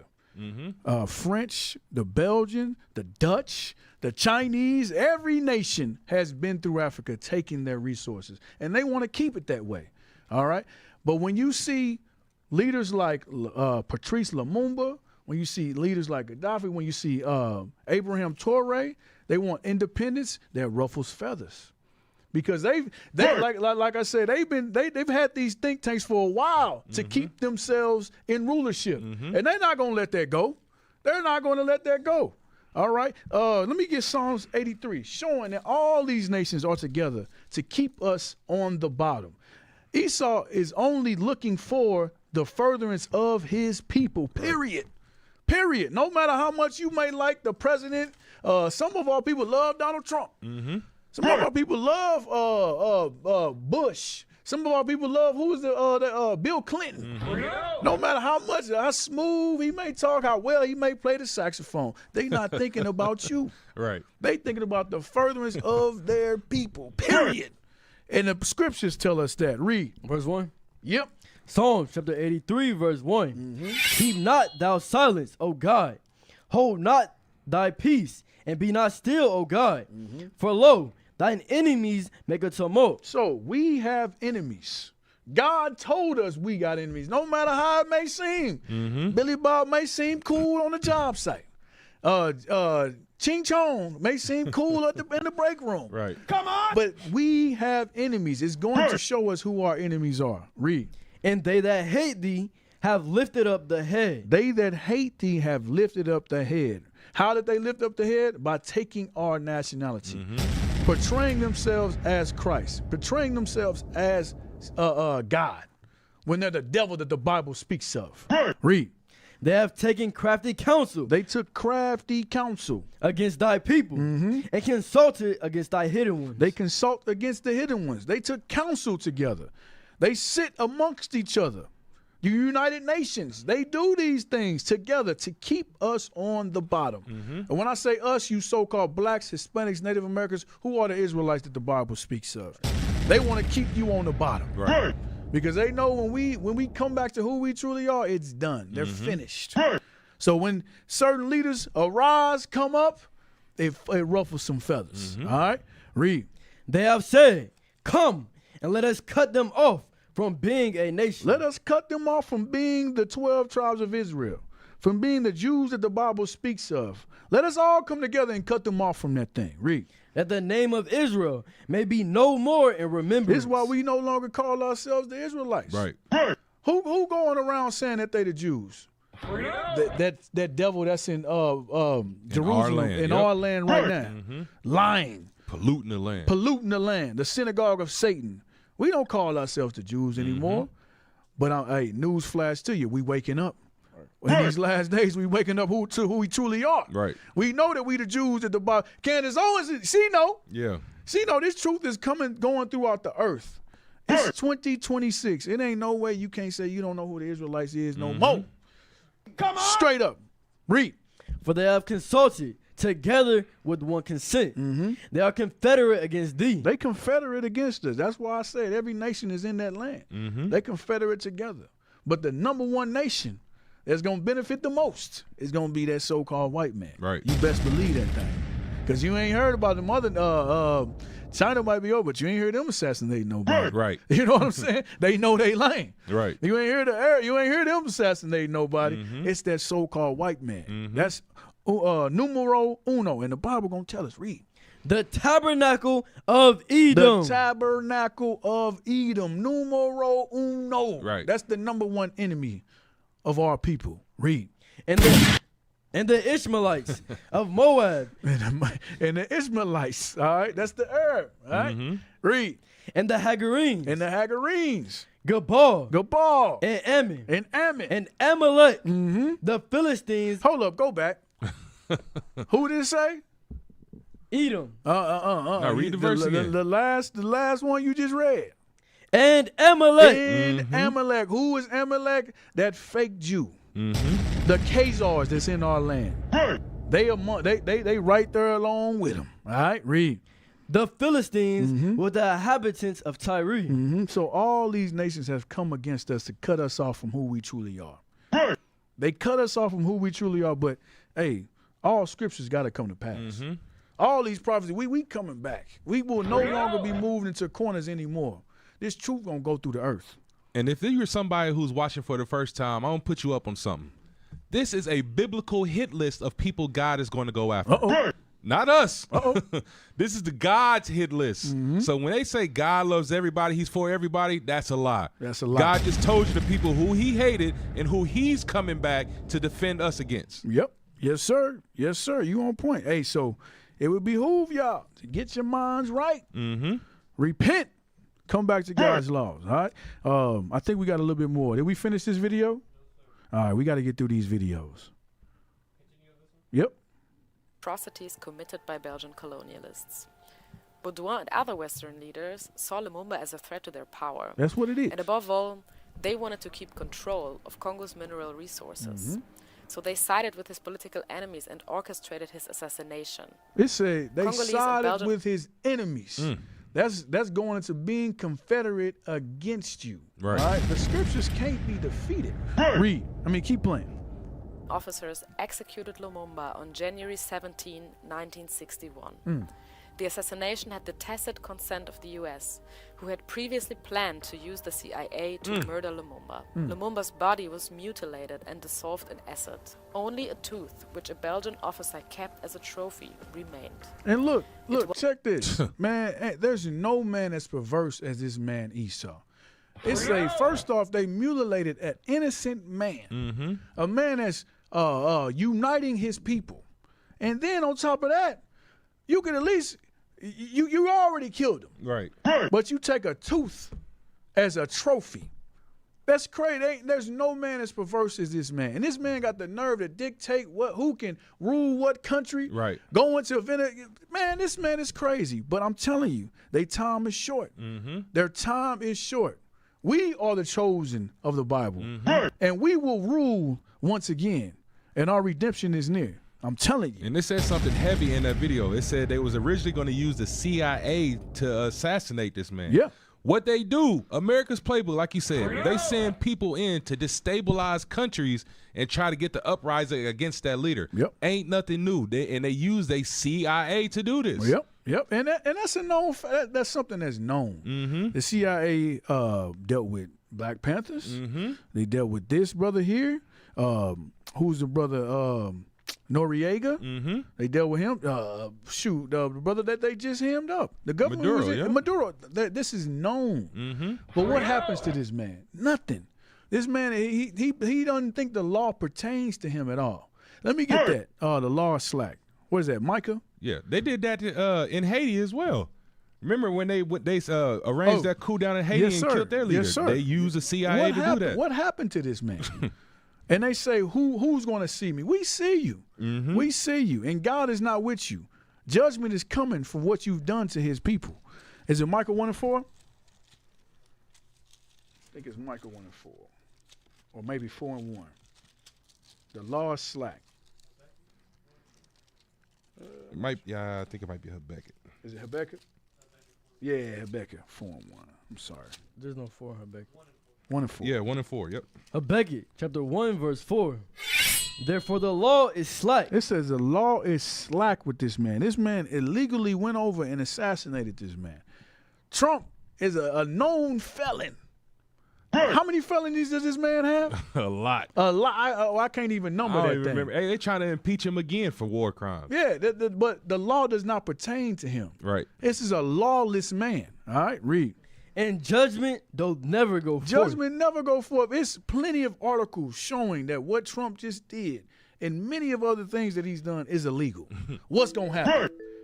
What's going to happen? Nothing. There it is. 34 felonies a year ago he was convicted of. 34 felonies. That's crazy. We get one felony, we done. No jobs. You can barely get a job at Dollar General. You get one felony. You're a rap, but this man is the president of the United States of America. Crazy. Insane. All right. Wow. For the wicked, those compass about the righteous. It says the wicked has compassed us. Read. Go into the clay and tread the mortar. Make strong the brickling. Hold up. You missed something, Come brother. on, brother. Stay You with missed us. something, brother. You missed something, brother. Go ahead, read, go back. Therefore wrong judgment proceeded. Wrong judgment proceedeth. All right. When the sons of God are not in rulership, there's going to be wrong judgment proceeding throughout the world. Throughout the entire world, we must come back into rulership for this world to be the way it's meant to. Where is that? Psalms 83. Psalms 82, right? Whole world's out of course. Whole world's out of course. Yep. Let me get that. Psalms 82. Mm-hmm. Psalms 82. Start at verse 5. Psalms chapter 82 verse 5. They know not, neither will they understand. They walk in darkness, and all the foundations of the earth are out of course. It says all the foundations of the earth are out of course. Out of course, why? Because the gods of the earth are no longer in rulership. Because we can't get our minds right and serve our God, the one true God. We want to go off into every other false idolatry. We want to go and serve other gods. That's why the earth is out of course. But we waking up, like I said. Keep reading. I have said, ye are gods. Ye are gods. Read. And all of you are children of the Most High. We are the children of the Most High. Read. But ye shall die like men. But we shall die like men. This is what we chose. Read. And fall like one of the princes. Arise, O God, judge the earth, for thou shalt inherit all nations. So we going to die like the other nations because we turn from our God. But the Lord is telling us to rise, oh God. Remember who you are. Remember the gods that you were ordained to be. And then you will judge the nations. We ain't serving no damn Amalekite. They ain't the chosen. We the chosen, according to the Bible. And we must wake up to that thing. All right? You got something? Go ahead. All right. Go ahead and play the next video. We got to get through them. Okay, so we just going to go into, we can read about a few of the things that Patrice Lumumba did. Go ahead and read that real fast. Hosea. Patrice Lumumba was a key figure in the struggle for independence from Belgium. So all he wanted was independence, all right, from Belgium. All right, read. Colonial rule in the Congo. His leadership and activism inspired many Congolese to fight for their freedom and sovereignty. Read. So they just want sovereignty. No, it's more to it. Lumumba was a strong advocate for Pan-Africanism. Just uniting his people, all right? Uniting his people. We're for uniting our people, all right? Read. The idea of African unity and solidarity. He believed in the importance of African nations working together to overcome colonialism and build a better future for the continent. So he saw the estate of his people.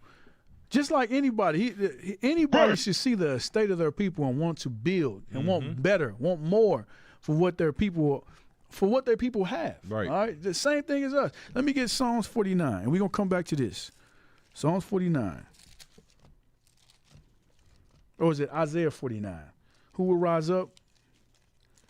Psalms 94. 94. 94:16. Psalm chapter 94, verse 16. Who will rise up for me against the evildoers? Or who will stand up for me against the workers of iniquity?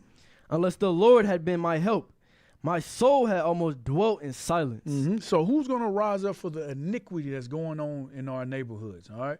The evil conditions that we're in. All right, we want to unite our people. I see what my people are going through. I hate my people being on the bottom of society when I know they're the gods of the earth. I've always known there was something greater for my people.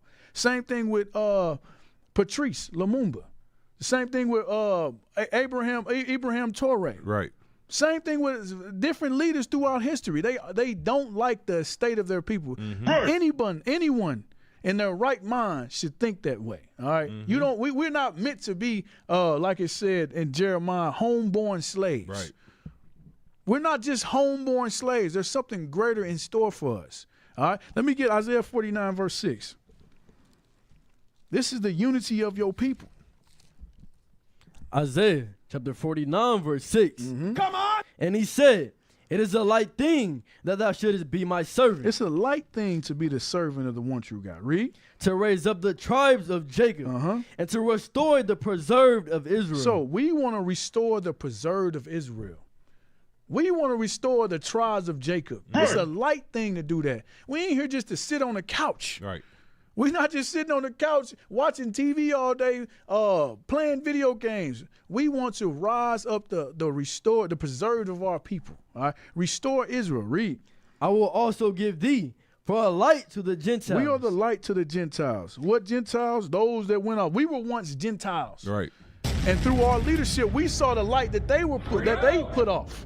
And then we came into the truth. So we are a light to the Gentiles. Those that don't know that they are gods of the earth, that they're Israelites of the Bible. All right? Read. That thou mayest be my salvation unto the end of the earth. Okay, so we are getting redeemed from God. All right? Salvation is coming for you. All right? All right, did you have something? Yeah, get Ecclesiastes 7:7. Because one thing, when you consider these leaders like Gaddafi, Patrice Lumumba, Fred Hampton, the list goes on and on. Martin Luther King, Malcolm X, is one thing that they had in common to what our mindset is and what we have in common. Read that. Ecclesiastes chapter 7 verse 7. Surely oppression maketh a wise man mad. When you sit back and you really consider the oppression of your people, because we go through it every day. It's in our face every single day. That oppression is supposed to make you mad to the point where, you know what? We have to do something to get out of this situation. It ain't talking about picking up guns. We're not talking about fighting physically. No, we have to start using our minds and using the laws of God to fight the oppression that we're going through. When you look at Patrice Lumumba, he's seen the oppression of his people. And what he wanted to do? Unify, unite them, which is what we are doing today with the words of God. So that oppression is going to make a wise man mad. Read. And a gift destroyed the heart. But what some of our people do, their covetousness kicks in, and that gift destroys their vision of their people. When you give somebody a gift, you say, hey, I'll give you this $1 million, or I'll let you live if you don't stand up against the oppression that we are causing against your people. And that's what happens. But us, we see the oppression. We're not going to be tempted by those gifts. We're going to rise up against that using the words of God. That's right. That's right. All praises. All praises. And let's go ahead and go to the next video. Go ahead to the next video. So they lied on Lumumba. This is another lie. Like we said earlier, it's all about you not aligning with their beliefs or resources. We saw Lumumba. He was going to keep them from getting the resources, Belgium getting the resources that they wanted, that they had. All right. Now let's go into this. Don't play that one. Play the next one. Now, if y'all know anything, we've been talking about Venezuela. This is nothing. This is the same thing that's happened only a few years ago. I know y'all been hearing the Panama Canal. That's something that's been going around for a while. You know, it's been talked about recently. All right, but this is the same thing that happened in Panama. All right, read. Invaded Panama in 1989 under the guise of capturing dictator Manuel Noriega. If you happen to learn about this in school, it's usually from the U.S. perspective, how Noriega surrendered after being subjected to rock songs All like right. All I So Want pause Is it You right by there. Remember, everything we learn is from the U.S. perspective. That's why we urge people to go out and research on your own. Go out and study for yourself because they're not going to show this. We already showed through Esau's plots and popular persuasions. They're going to deceive you, okay? All right, keep playing. To I Fought the Law by The Clash and Panama by Van Halen. It's presented as this silly little operation when in reality thousands of Panamanians were killed, although the U.S. only reported 200 to 300 deaths. Ambulance drivers compared the damage done to El Chorillo in Panama City to Hiroshima and even started calling it Little Hiroshima. The U.S. tried to hide evidence of... They said the damage done to... I can't remember, but Panama during that time was like Hiroshima, where you dropped an atomic bomb. That's nothing like, and we don't know it, but we know about Hiroshima and Nagasaki, but we didn't learn about this. Right. We didn't learn anything about this. You got to research and study for yourself. All right, play. Urban combat by providing journalists with their own previously filmed and edited camera footage. The exact numbers of deaths from Operation Just Cause is unknown, but the numbers range from 500 to 5,000 Panamanian deaths. That's thousands a huge injured. Gap. Yeah. That's a huge gap. That's how you know it's lies. The scriptures say they speak lies from the womb. 500 to that's a huge gap. I'm gonna say it's over 5,000. Right. It's over 5. Do me a favor. Put up how many died in Hiroshima. Because remember, she said originally that only 200 to 300 people got announced that they died during this. It says 90,000 to 166,000 people died in here. So if you compare this, they said it was compared to Hiroshima, right? How do you get 500? Right. How do you get 5,000? Right. It makes no sense. They tell on themselves. They tell on themselves. So and that's what the lies that they push. I'm telling you that Venezuela, I'm guaranteeing you there were lots of Venezuelans that died in that attack. And they're not happy. They are in fear right now. They are in fear because you can't be happy when bombs is falling over your head. It's not going to happen. All right, go back. But at the same time, this has to happen in order for you blacks and Hispanics to wake up to who you truly are. Yep. When you living in lands that's rich off of resources, that's beautiful, you got the tropical beaches and all this stuff that's beautiful, you get a sense of at easement when you in your own country. But the Lord said through oppression, he's going to open our ears. So this oppression has to happen for our people down in Venezuela to open their ears to learn who they truly are.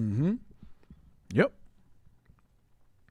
And 20,000 in El Chorillo losing their homes. Per the Physicians for Human Rights 1990 report, civilians were injured from gunfire, burns, shrapnel, lacerations from glass and debris, stabbings, and bullets. The report found that a 5-year-old had been shot in the head and a 4-year-old lost eyesight in one eye from grenade fragments. And a 13-year-old had been shot in the abdomen. After the invasion, corpses were left burned and piled up on the streets. El Chorillo was a primarily black Panamanian neighborhood, and it was reduced to rubble. My point in sharing this piece of history is not to defend Manuel Noriega, but to emphasize the hypocrisy of the U.S. The U.S. holds itself as a moral police of the world, inserts itself in global issues, and purports itself as the upholder of democracy worldwide.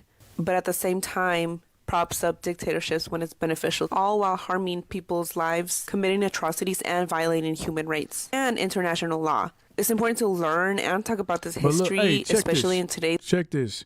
This shows you that we cannot escape the curses. All right. The curses are upon us for a sign forever. All right. Get that in Deuteronomy 28.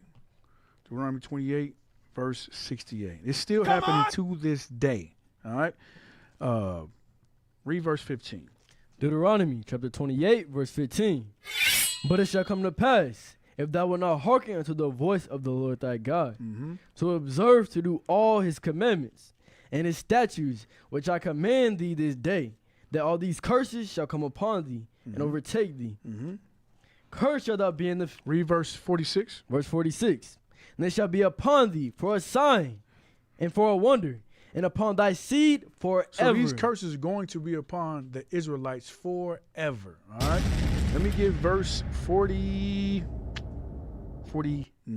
Verse 49. The Lord shall bring a nation against thee from far, from the end of the earth, as swift as the eagle flies. Okay, when they came and got us from the west coast of Africa, it was another nation that came against us.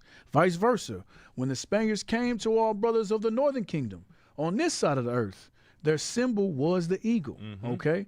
Look, when America went down to Venezuela, their symbol was the eagle. Right. All right? Read.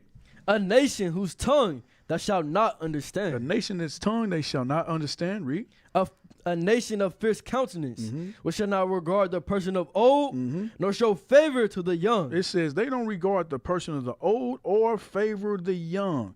You just heard the sister said kids lost eyesight. Kids died. There were a pile of corpses lined up. They didn't care what age you were. They didn't care. They do not regard the person of the old or the young. Read. And ye shall eat the fruit of thy cattle and the fruit of thy land until thou be destroyed. It says they shall eat the fruit of thy land and the fruit of thy cattle. That goes into right now, Venezuela, what's the fruit of their land? That oil. Okay. The Panama Canal, what did they want? They wanted that canal. They wanted rulership of ownership of that so that they can trade. All right. They can trade and for military exports. Okay. That's all they're looking for through history. Okay. All right. That's all I got. You got something? Now, get Revelations chapter 13, and let's read verse 11. Come on! Revelations chapter 13, verse 11. Bring it out! And I beheld another beast coming up out of the earth. Who's this another beast? America, the USA. Read. And he had two horns, like a lamb. What's the two horns? Democracy and the Democrats and the Republics. Those are the two horns. So when you all these videos we reading, we watching, we always hear about democracy. That's one thing big that America tries to use to infiltrate these countries. Read it one more time. And I beheld another beast coming up out of the earth. And he had two horns. A Democrat and a Republic. Read. Like a lamb. What's the lamb? Christianity. Because they always say this is a Christian country. Like you said earlier, Manifest Destiny, how they believe that everything is given to them of God. Read. Yep. And he spake as a dragon. What is he speaking like? A demon, a devil. Why? Because everywhere he goes is death and destruction. Death and destruction. This man's a dictator. We got to take over this country. Right. We got to put somebody there that is going to align more with our Christian values. This is what this man does. So that's what America has been and always will be. Yes, sir. Yes, sir. All praise. All right, let's play the next video. So they went after the Panama Canal. Hey, check this. And like I said earlier, when Donald Trump, every promise of that big, beautiful bill, everything that just about everything this dude said he was going to do, he done done it. Y'all just got to pay attention. This man ain't playing with you. He's coming. He's targeting the Israelites as well. He's targeting blacks and Hispanics and Native Americans. Y'all just got to wake up and see what's going on. All right? Play that. To further enhance our national security. Pause it. I gotta give the synopsis. But this was last year, top of the year, about 11 months ago. All right, play that. To further enhance our national security, my administration will be reclaiming the Panama Canal, and we've already started doing it. Wow! He said reclaiming. Yeah, this man, he's going. What did he was talking about Venezuela. He got Venezuela. All right. Well, he's talking about the Panama Canal. He got Panama. He said he was going to deploy ICE. He deployed ICE. Hey, y'all got to understand, this man is not playing games. All right? And when this man say he going to do something, he doing. We going to get off. I ain't going to tell you too much, but play that. This man going for that Panama Canal because he believes everything is his. He believes in manifest destiny. All right, it's the same thing as what the Monroe. What was it? The Monroe Doctrine. We gonna get into that later, but play that.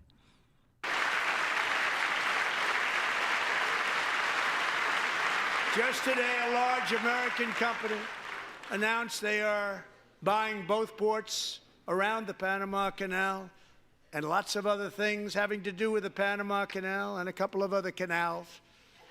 The Panama Canal was built by Americans for Americans, not for others. Hey, check this. All right, so pause that. Pause that. Y'all got to listen to everything that this dude is saying. Right. He said the Panama Canal and other canals. Let's see what other canals he's trying to get. Let's check it out. You got that? All right. Bro, and his demeanor as he's saying this stuff, like, who's going to stop me? No, that ain't it. Remember y'all pulled up the canals? It was they called it something different, but it's a canal.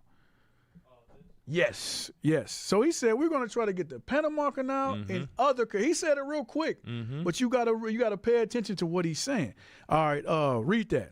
There isn't a new large canal being built by China and Mexico, but Mexico is developing the interoceanic corridor of the Isthmus of Tehuantepec, CIIT, a major railway and logistic project to rival the Panama Canal. Okay, so this is interoceanic. So it's in so many words. In so many words, it's a canal. Okay, right. It's an oceanic canal. Connecting ocean to ocean. Right, connecting ocean to ocean. But then we're going to keep it like it's a canal, okay? Keep reading. With significant Chinese investment and trade interests. So China, they have investment and trade interests in that thing. All right, read. Though the main funding comes from Mexico. It comes from Mexico. Okay, so he said he's going to try to get other canal. We read that this man's inward thought is deep. He's already planning this out. He's got a master plan. I'm telling you, just listen and watch. All right. Hey, and something not to forget. The president of Mexico is an Israeli or Jewish Amalek woman. So she's also aligning with those goals and those mindsets of that Zionism. Yep. All right. Keep reading. And international sources like the World Bank, not primarily China.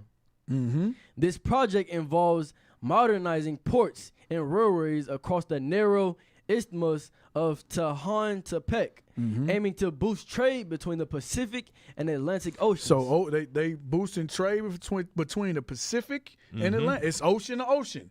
It's the same thing as a canal. All right. So let's go back. Let's go back to Donald Trump. He said he was going to get the Panama Canal and he's going to get the other canals. All right. I wouldn't be surprised. All right. But keep playing. But others could use it. But it was built at tremendous cost of American blood and treasure. 38,000 workers died building the Panama Canal. Wait, what happened to 200 to 300? But yeah, keep playing. Died of snake bites and mosquitoes. Not a nice place to work. They paid them very highly to go there, knowing there was a 25% chance that they would die. The most expensive All right, pause project it right there. Get what workers were building the canal. He want to take credit for building the canal.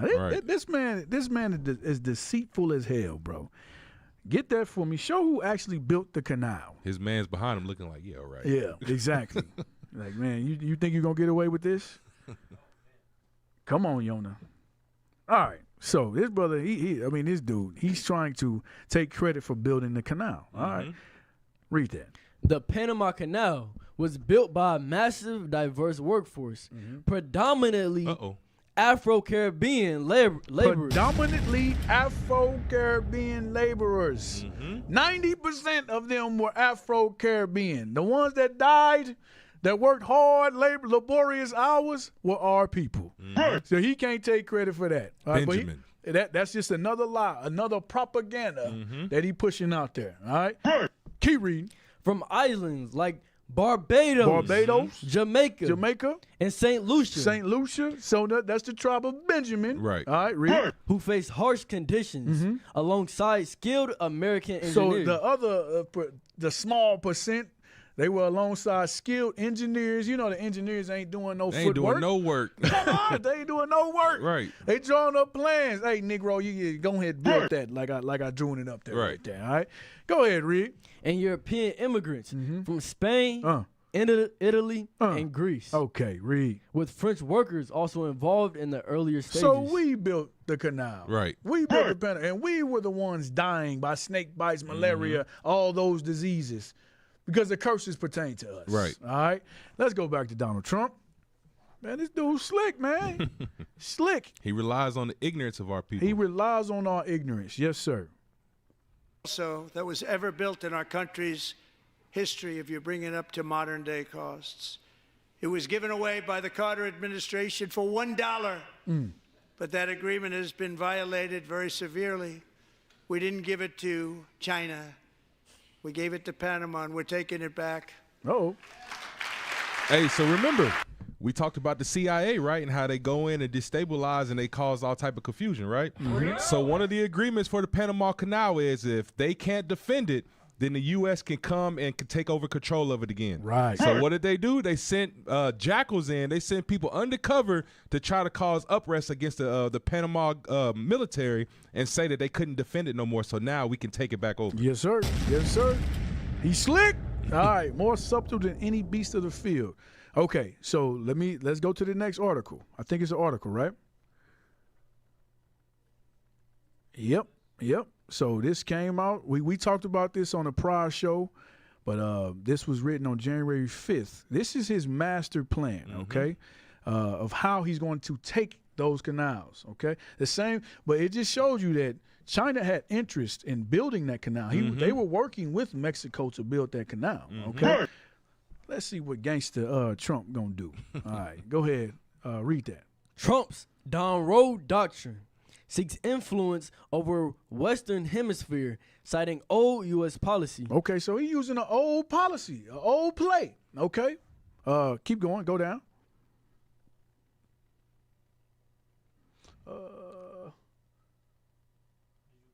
Yeah, go ahead. In a triumphant news conference, you're gonna have to read fast. Following the capture of Venezuelan President Nicolas Maduro in the middle of the night last week, President Donald Trump invoked what he called the Down Road Doctrine. So he's invoking the Down Road Doctrine. Read. His vision of a U.S. superpower that can assert its military might to conquer the Western Hemisphere. This man thinks he's going to try to conquer the entire Western Hemisphere. He believes it belongs to him. All right, read. The State Department doubled down on the sentiment, posting on X on Monday, "This is our hemisphere. This is our hemisphere." Read. And President Trump will not allow our security to be threatened. He ain't gonna let no nation threaten our security. This man said, "This is ours. This is ours." Contrary to what the Bible says, right? This was really the Israelites. That's right. They came and took it from us, North, Central, and South America. Right. But the mindset of this man, he thinks everything belongs to him. Read. Secretary of State Marco Rubio suggested as much during cable hits over the weekend, saying, "This is the Western Hemisphere. This is where we live, and we're not going to allow the Western Hemisphere to be a base of operation for our adversaries, competitors, and rivals of the United States." Who's a rival of the United States? China, Russia. We just read that China was trying to build that canal in Mexico. He's not going to let that go down.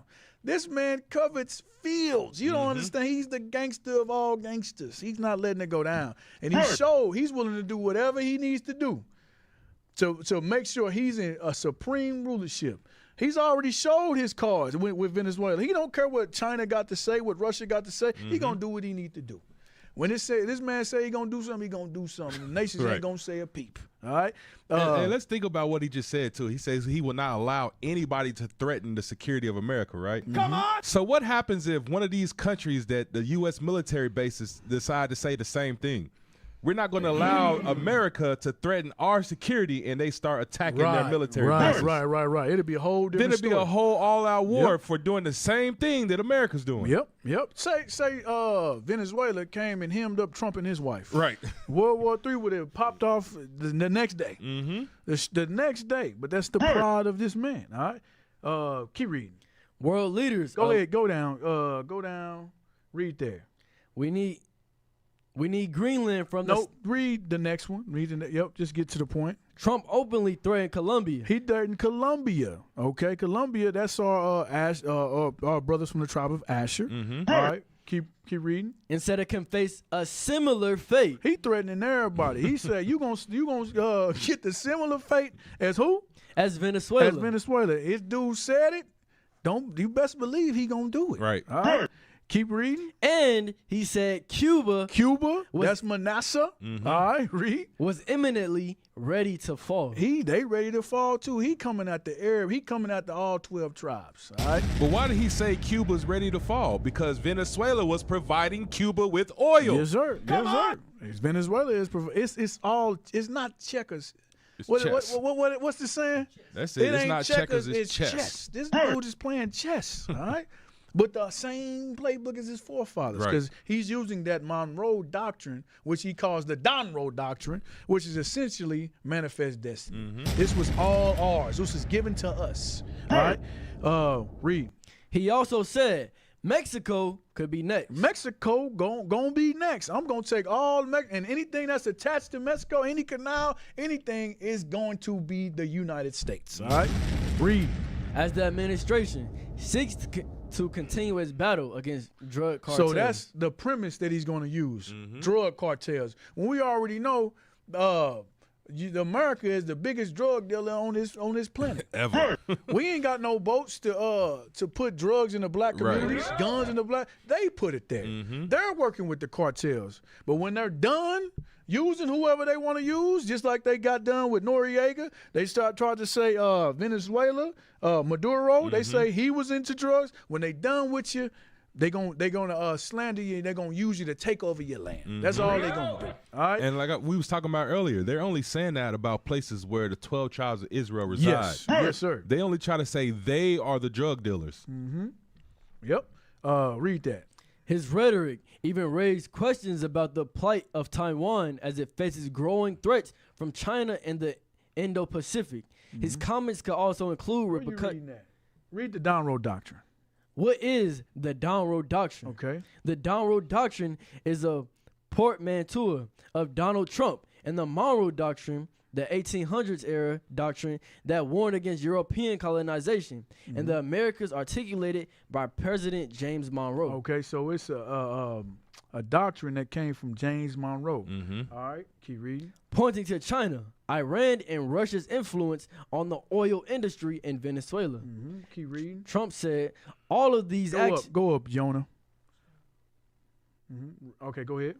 All the way back, dated to the Monroe Doctrines. And the Monroe Doctrine is a big deal. Just read according to the Department of State office, According to the Department of State's office of the historian, the Monroe Doctrine served as a justification for U.S. intervention in Cuba, Nicaragua, Haiti, and the Dominican Republic. So they said that they're justified going into these states because the Western Hemisphere belongs to us. Where did they get that ideology? Give me manifest destiny. And once again, look at all those places. These are all places where Israelites dwell. Yeah. Okay, so this is manifest destiny. Go ahead and read that. Manifest destiny was the same. It's the same thing. Same thing. There's nothing new under the sun. All right. Read. was the expansionist belief in the 19th century United States that American settlers were destined to expand westward across North America. So American settlers, colonizers, they try to, that's another word they use, settler. We just, no, you colonized, okay? Read. And that this belief was both obvious, manifest, and certain destiny. The belief is rooted in American exceptionalism, romantic nationalism, and white nationalism, implying the inevitable spread of republicanism and the American way. It is one of the earliest expressions of American imperialism. Okay, I want the point. Read. Yeah, where it says, the faith is the nation's divinely ordained destiny. The faith is the nation's divine ordained destiny. I just read it, but that's the premise of it. Okay, they thought it was a divine intervention that that this land, this Western Hemisphere, was given to them. All right, let me get Micah. I think it's Micah 2. They covered fields. Come on! They Book of covered Micah. fields. But this has nothing to do with any divine anything. All right? Like I said earlier, they are the vagabonds of the earth. No lands were given to this man. Read Micah 2 and 1. Micah chapter 2 verse 1. Woe to them that devise iniquity. It says, woe to them that devise sin, iniquity, read. And work evil upon their beds. What they're doing is working evil. Like I said earlier, they lay snare, they lay traps. Okay? Read. When the morning is light, they practice it. Because it is in the power of their hand. It says they practice it because it's in the power of their hand. Right now, they do have power, okay? Through the Lord gave them the power because it says that, what does it say? They are his sword. Yeah, he uses the heathen to chastise us. Okay, read. And they covet fields. It says they covet fields. This is what you see Donald Trump. This is what you seen Monroe doing. This is manifest destiny. All right, read. And take them by violence. They took them by violence. They took every land that they went to. They took it by violence. All right, like you said earlier, every place that they went to, they assassinated different leaders. When they came, after they came, it was 10 times worse. It was in a way worse state than before they came. Everything that they touch turns to chaos. All right, read. And houses, and take them away. They take them away. Read. So they oppress a man in his house. They took a man in his house. Read.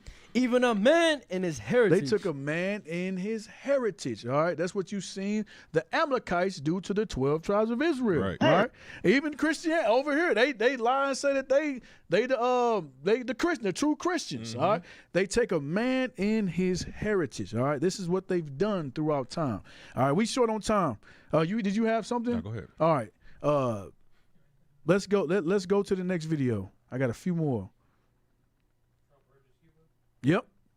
So this man, he's on attack. He's on an attack for the Israelites, okay? This is what he got planned next. This is the snare that he has in store for the Israelites, for the 12 tribes. Play that. Developing this morning, President Trump. This just came out this morning.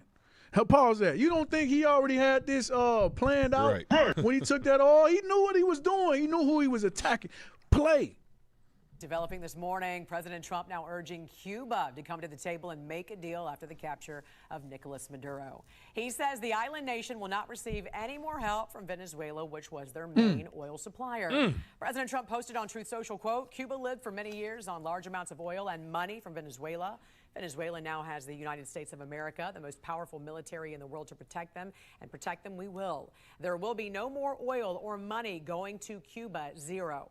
I strongly suggest they make a deal before it is too late. Hey, we just read pestilence, plagues. Let's go back to Matthew 24. Pestilence, plagues. These things are going to affect us in the last days, all right? When you strip a country of their oil, pestilence, plague is going to come. Cuba got their oil from Venezuela. It says no more money, no more any. That's a pestilence. That's a plague. Read that, Matthew 24. This is what's happening to us in the last days. Matthew chapter 24, verse 7. For a nation shall rise against nation, and kingdom against kingdom, and there shall be famines and pestilences and earthquakes in diverse places. So that's what you see going on. Trump is raising up nation against, he's making nation go against nation, kingdom go against king. You got Russia, China, Iraq, you name it. You name any nation, he's got them all up in cahoots, all right? Read that again. For a nation shall rise against nation. Nation is rising against nation right now. Read. And kingdom against kingdom. There's different kingdoms going against each other. Read. And there shall be famines and pestilences and earthquakes in diverse You're places. going to see famines and pestilence mainly among our people. Mainly the so-called tribe of, the tribe of Manasseh, who are the so-called Cubans. All right. You got the Venezuelans who are Asher. You got the Mexicans. He going up through there. That's the tribe of Issachar. Okay, mainly our people. Is it more? All these sorrows, all these are the beginning of sorrows. These are the beginning of what we seeing happening. Is the beginning of sorrows. All right. Let's go back. I got a few more. Yep, play that. This is what's going. Did we finish this? All right, let's play that. We're talking to Cuba, and you'll find out pretty soon. And one of the things I want taken care of, and one of the groups I want taken care of, are the people that came from Cuba that were forced out or left under duress, and they're great citizens of the United States right now. You have a lot of people forced out of Cuba unfairly, so we're going to take care of, most importantly right now, we're going to take care of the people that came from Cuba that are American citizens or in our country. Hey, real quick. So he said there was a lot of Americans forced out of Cuba, right? So when you think back to the Cuban project, where America was sending the CIA in to destroy the Cuban government back in the 1960s, around the Cold War time. These are some of the people they was talking about. So America has been trying to control Cuba. And now all of a sudden, this is another tactic they use. They're using their main supply of oil to try to invade Cuba again. So it ain't no new coincidence that they're trying to attack Cuba. They've been trying to do that. Yep. Ain't nothing new. All right, let's go ahead and go to the next video. Run. You can't do that to people. They have to be removed. So you would revoke the temporary protected status? Absolutely. I'd All revoke right, it there's and I'd something bring them else to back this, to their man. country. He said at the beginning of the year, he said he's going to remove the TPS from the Haitians. All right. He's not playing. What did he do in December? I think it was December 29th. He signed that TPS. So what do you think is going to happen to our so-called Haitian brothers that's over here? The same thing that's happening to our Issacharite brothers. ICE is going to be on their head. This man is not playing with he has it out for the 12 tribes of Israel. Play. They have to be removed. So you would revoke the temporary protected status? Absolutely. I'd revoke it and I'd bring them back to their country. What if they won't receive them They like will. they're not? Well, they're going to receive them. They'll receive them. If I bring them back, they're going to receive He said they're going to receive them. He ain't playing. He wasn't playing. They got it. Did they? Let's play the next video. Y'all better wake up, man. This man ain't playing. He said, they going to receive. They going to receive. Hundreds of thousands of Haitians in the United States. President Trump announcing their temporary protective status will be revoked next year. The Department of Homeland Security put out a federal notice saying Haiti no longer meets the statutory requirements for temporary protected status, and that allowing Haitian nationals to remain temporarily in the United States is inconsistent with U.S. national interest. Hundreds of That's it? Yeah, so he went and he signed that thing. This was in December. He said months ago, they going to receive that paperwork. It's going to happen. They going to get up out this country. This man ain't playing with y'all, I'm telling you. But our people, I'm telling you, we need it. We need it because we don't understand until we get some type of affliction. And that's what you see going on. Our people are being afflicted, and that's when they come back and they seek the Lord. They seek the Lord in their affliction. Let me get that in Hosea.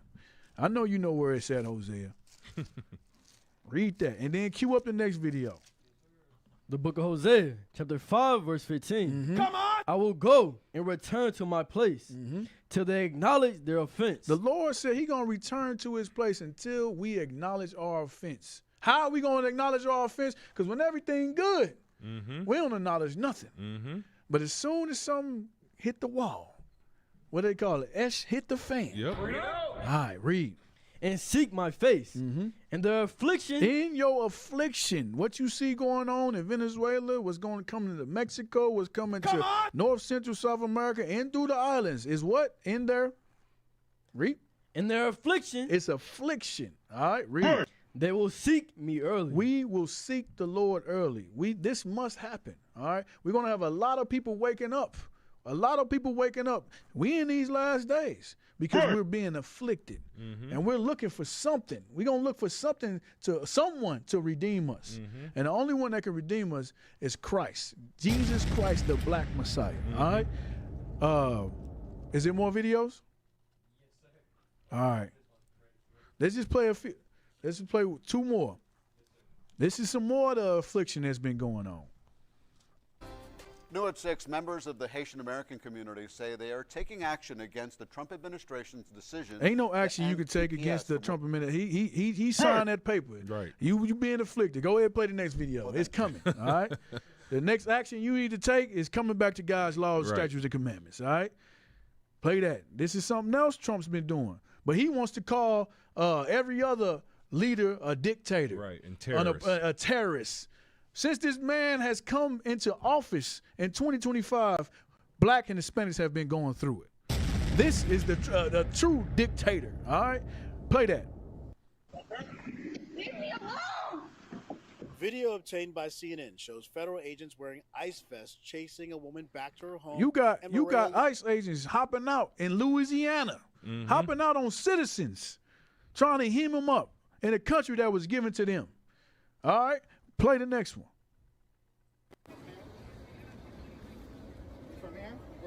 You got ICE hopping out on a sister in Chicago, trying to hem her up at Walmart. Can't even shop.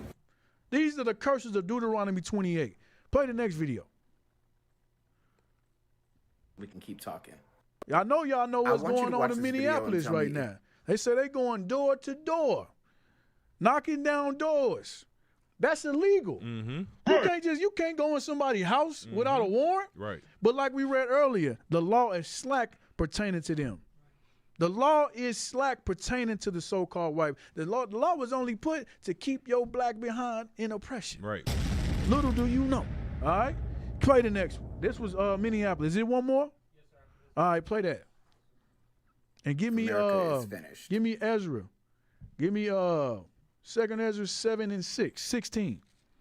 I'm gonna leave off with that. But first, hit that follow button so we can keep talking. Did you have something? This is now going door to door in Minneapolis. ICE going door to door. Watch this. All right, pause that. So all people going through it. We being afflicted right now, all throughout the world. Not just the Western Hemisphere, but the Western Hemisphere on fire right now. Hey, I keep telling you, it's only year 1. It's only year 1. I'm telling you, we got 3 more of them things with this man. Y'all best get your minds right. All right, what you got? You got something? Get Job real quick. Job 36 and 15. The book of Job, chapter 36, verse 15. Read. Come on! He delivered the poor in his affliction. Who is the poor? You so-called blacks, Hispanics, and Native Americans. It's not talking about financial. It's talking about poor in spirit when you read Isaiah 14 in the last verse. Read. And opened it their ears in oppression. It says the only way our ears is going to be open is in oppression. So these oppressions, this ICE raiding, everything that's happening to us, the only way our ears are going to be open to the Lord. All right, so when we going through this is a token that you are the children of Israel because everybody is not going through this. Yes, sir. Let me get one last one. 2nd Ezra 7, verse 16. 2nd Ezra, chapter 7, verse 16. Was thou not consider in thy mind this thing that is to come, rather than that which is present? Then answered I and said, O Lord, that bears rule, thou hast ordained in thy law, the righteous should inherit these things. So this is the angel talking to Ezra. All right, he's saying you need to worry about what's to come. That's the same message we're telling you, you blacks and Hispanics. Y'all need to pay attention to what's to come. All right, what's to come? Read. But that the ungodly should perish. Read. Go back. Read it from the top. Then answered I and said, O Lord, that bears rule, that hast ordained in thy law, that the righteous should inherit these things. So the righteous is going to inherit these things. What things? The affliction that we spoke of. All right? Read. But that the ungodly should perish. But the ungodly will perish. All right? We both, the righteous and the ungodly, are going to suffer these things. All right? As you see, ICE is on top of everybody's head. He ain't just picking out the ones that got friends. He picking out all the Israelites, the blacks, Hispanics, and Native Americans as a whole. All right, the righteous, we gonna suffer, but we know we got something in store. All right, but the ungodly shall perish. Is it more? Keep reading. Verse 18. Nevertheless, the righteous shall suffer straight things, and hope for why? We hope for a while. What's the why? The kingdom of heaven, rulership, dominion over all nations. All right. That's the why. All right, read. For they that have done wickedly have suffered the straight things. Those that done wickedly, what wickedness have they done? Celebrating that next holiday. Eating pork, shrimp, crab, lobster. All off in all type of idolatry. All right, being deceived by this man. We can't be deceived by the lies that this man has taught us. We have to come back to our heritage. All right, read. And yet shall not see the why. They gonna suffer these things, but they ain't gonna see no why. You gonna lose twice. Right. You're going through it here in Babylon the Great, which is America, and you're gonna inherit that lake of fire as well. So it would be in your best interest to come back to who you are. Come back to God's law, statutes, and commandments. Remember, you are the gods on this earth. That's right. You are the gods on this earth. And these scriptures going to come to pass, all right? So keep the commandments, all right? Is it? That's it on that? Yes, sir. That's it. So that's our show. Hey, we in biblical time. Yes, sir. We in biblical times, y'all. We in the last days. The heat is being turned up. The heat is being turned up on you so-called blacks and Hispanics. It's time for us to wake up. Yes, sir. All right. I think we got a promo, right? Yes, sir. Let's play that promo.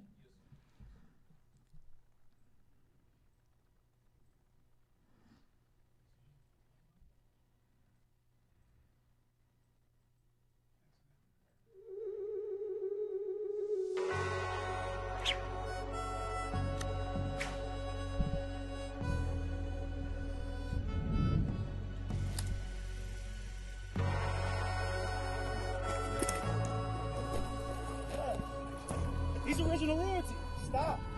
Chill. Relax. He's original royalty.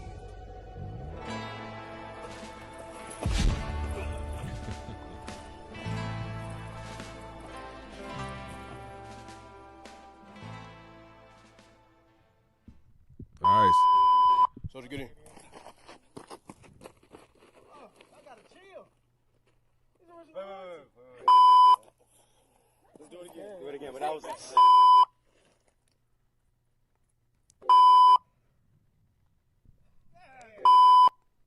All right, so make sure y'all supporting original royalty, all right? Or support original royalty. This is something that's our own, all right? So support that thing. Go in there and get you some shirts. We got some good stuff on there. Yes, sir.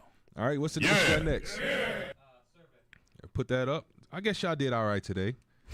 For the skeleton crew, we did all right. Hey, y'all go ahead and take that survey. Give our IT team some feedback. IT did their thing. They did their thing. Normally it's a spirit in IT, but y'all did all right today. It's still a spirit. Still a spirit there. All right, what we got next?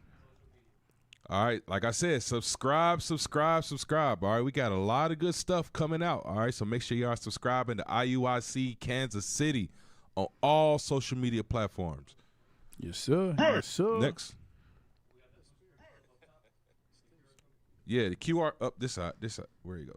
Get my Deacon Malachi on right there. All right, make sure y'all are contributing. All right, the Booster Club. Support the Booster Club. Put your donations in so we can travel and continue to wake up our people. All right, so hey, that's it for today. That's it. Hey, y'all. With that, we say shalom.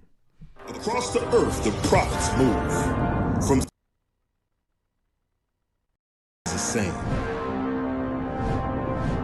Israel must rise.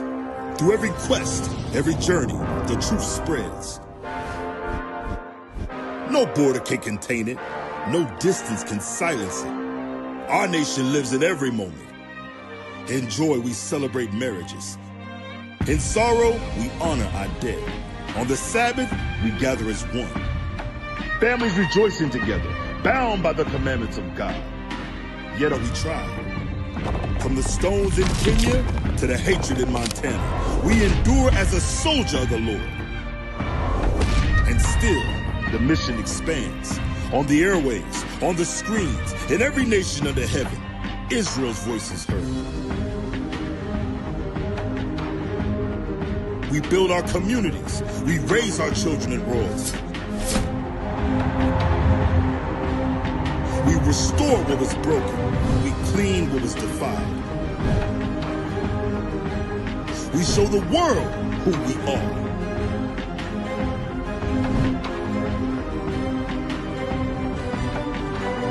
This is Israel united in Christ, nation in motion.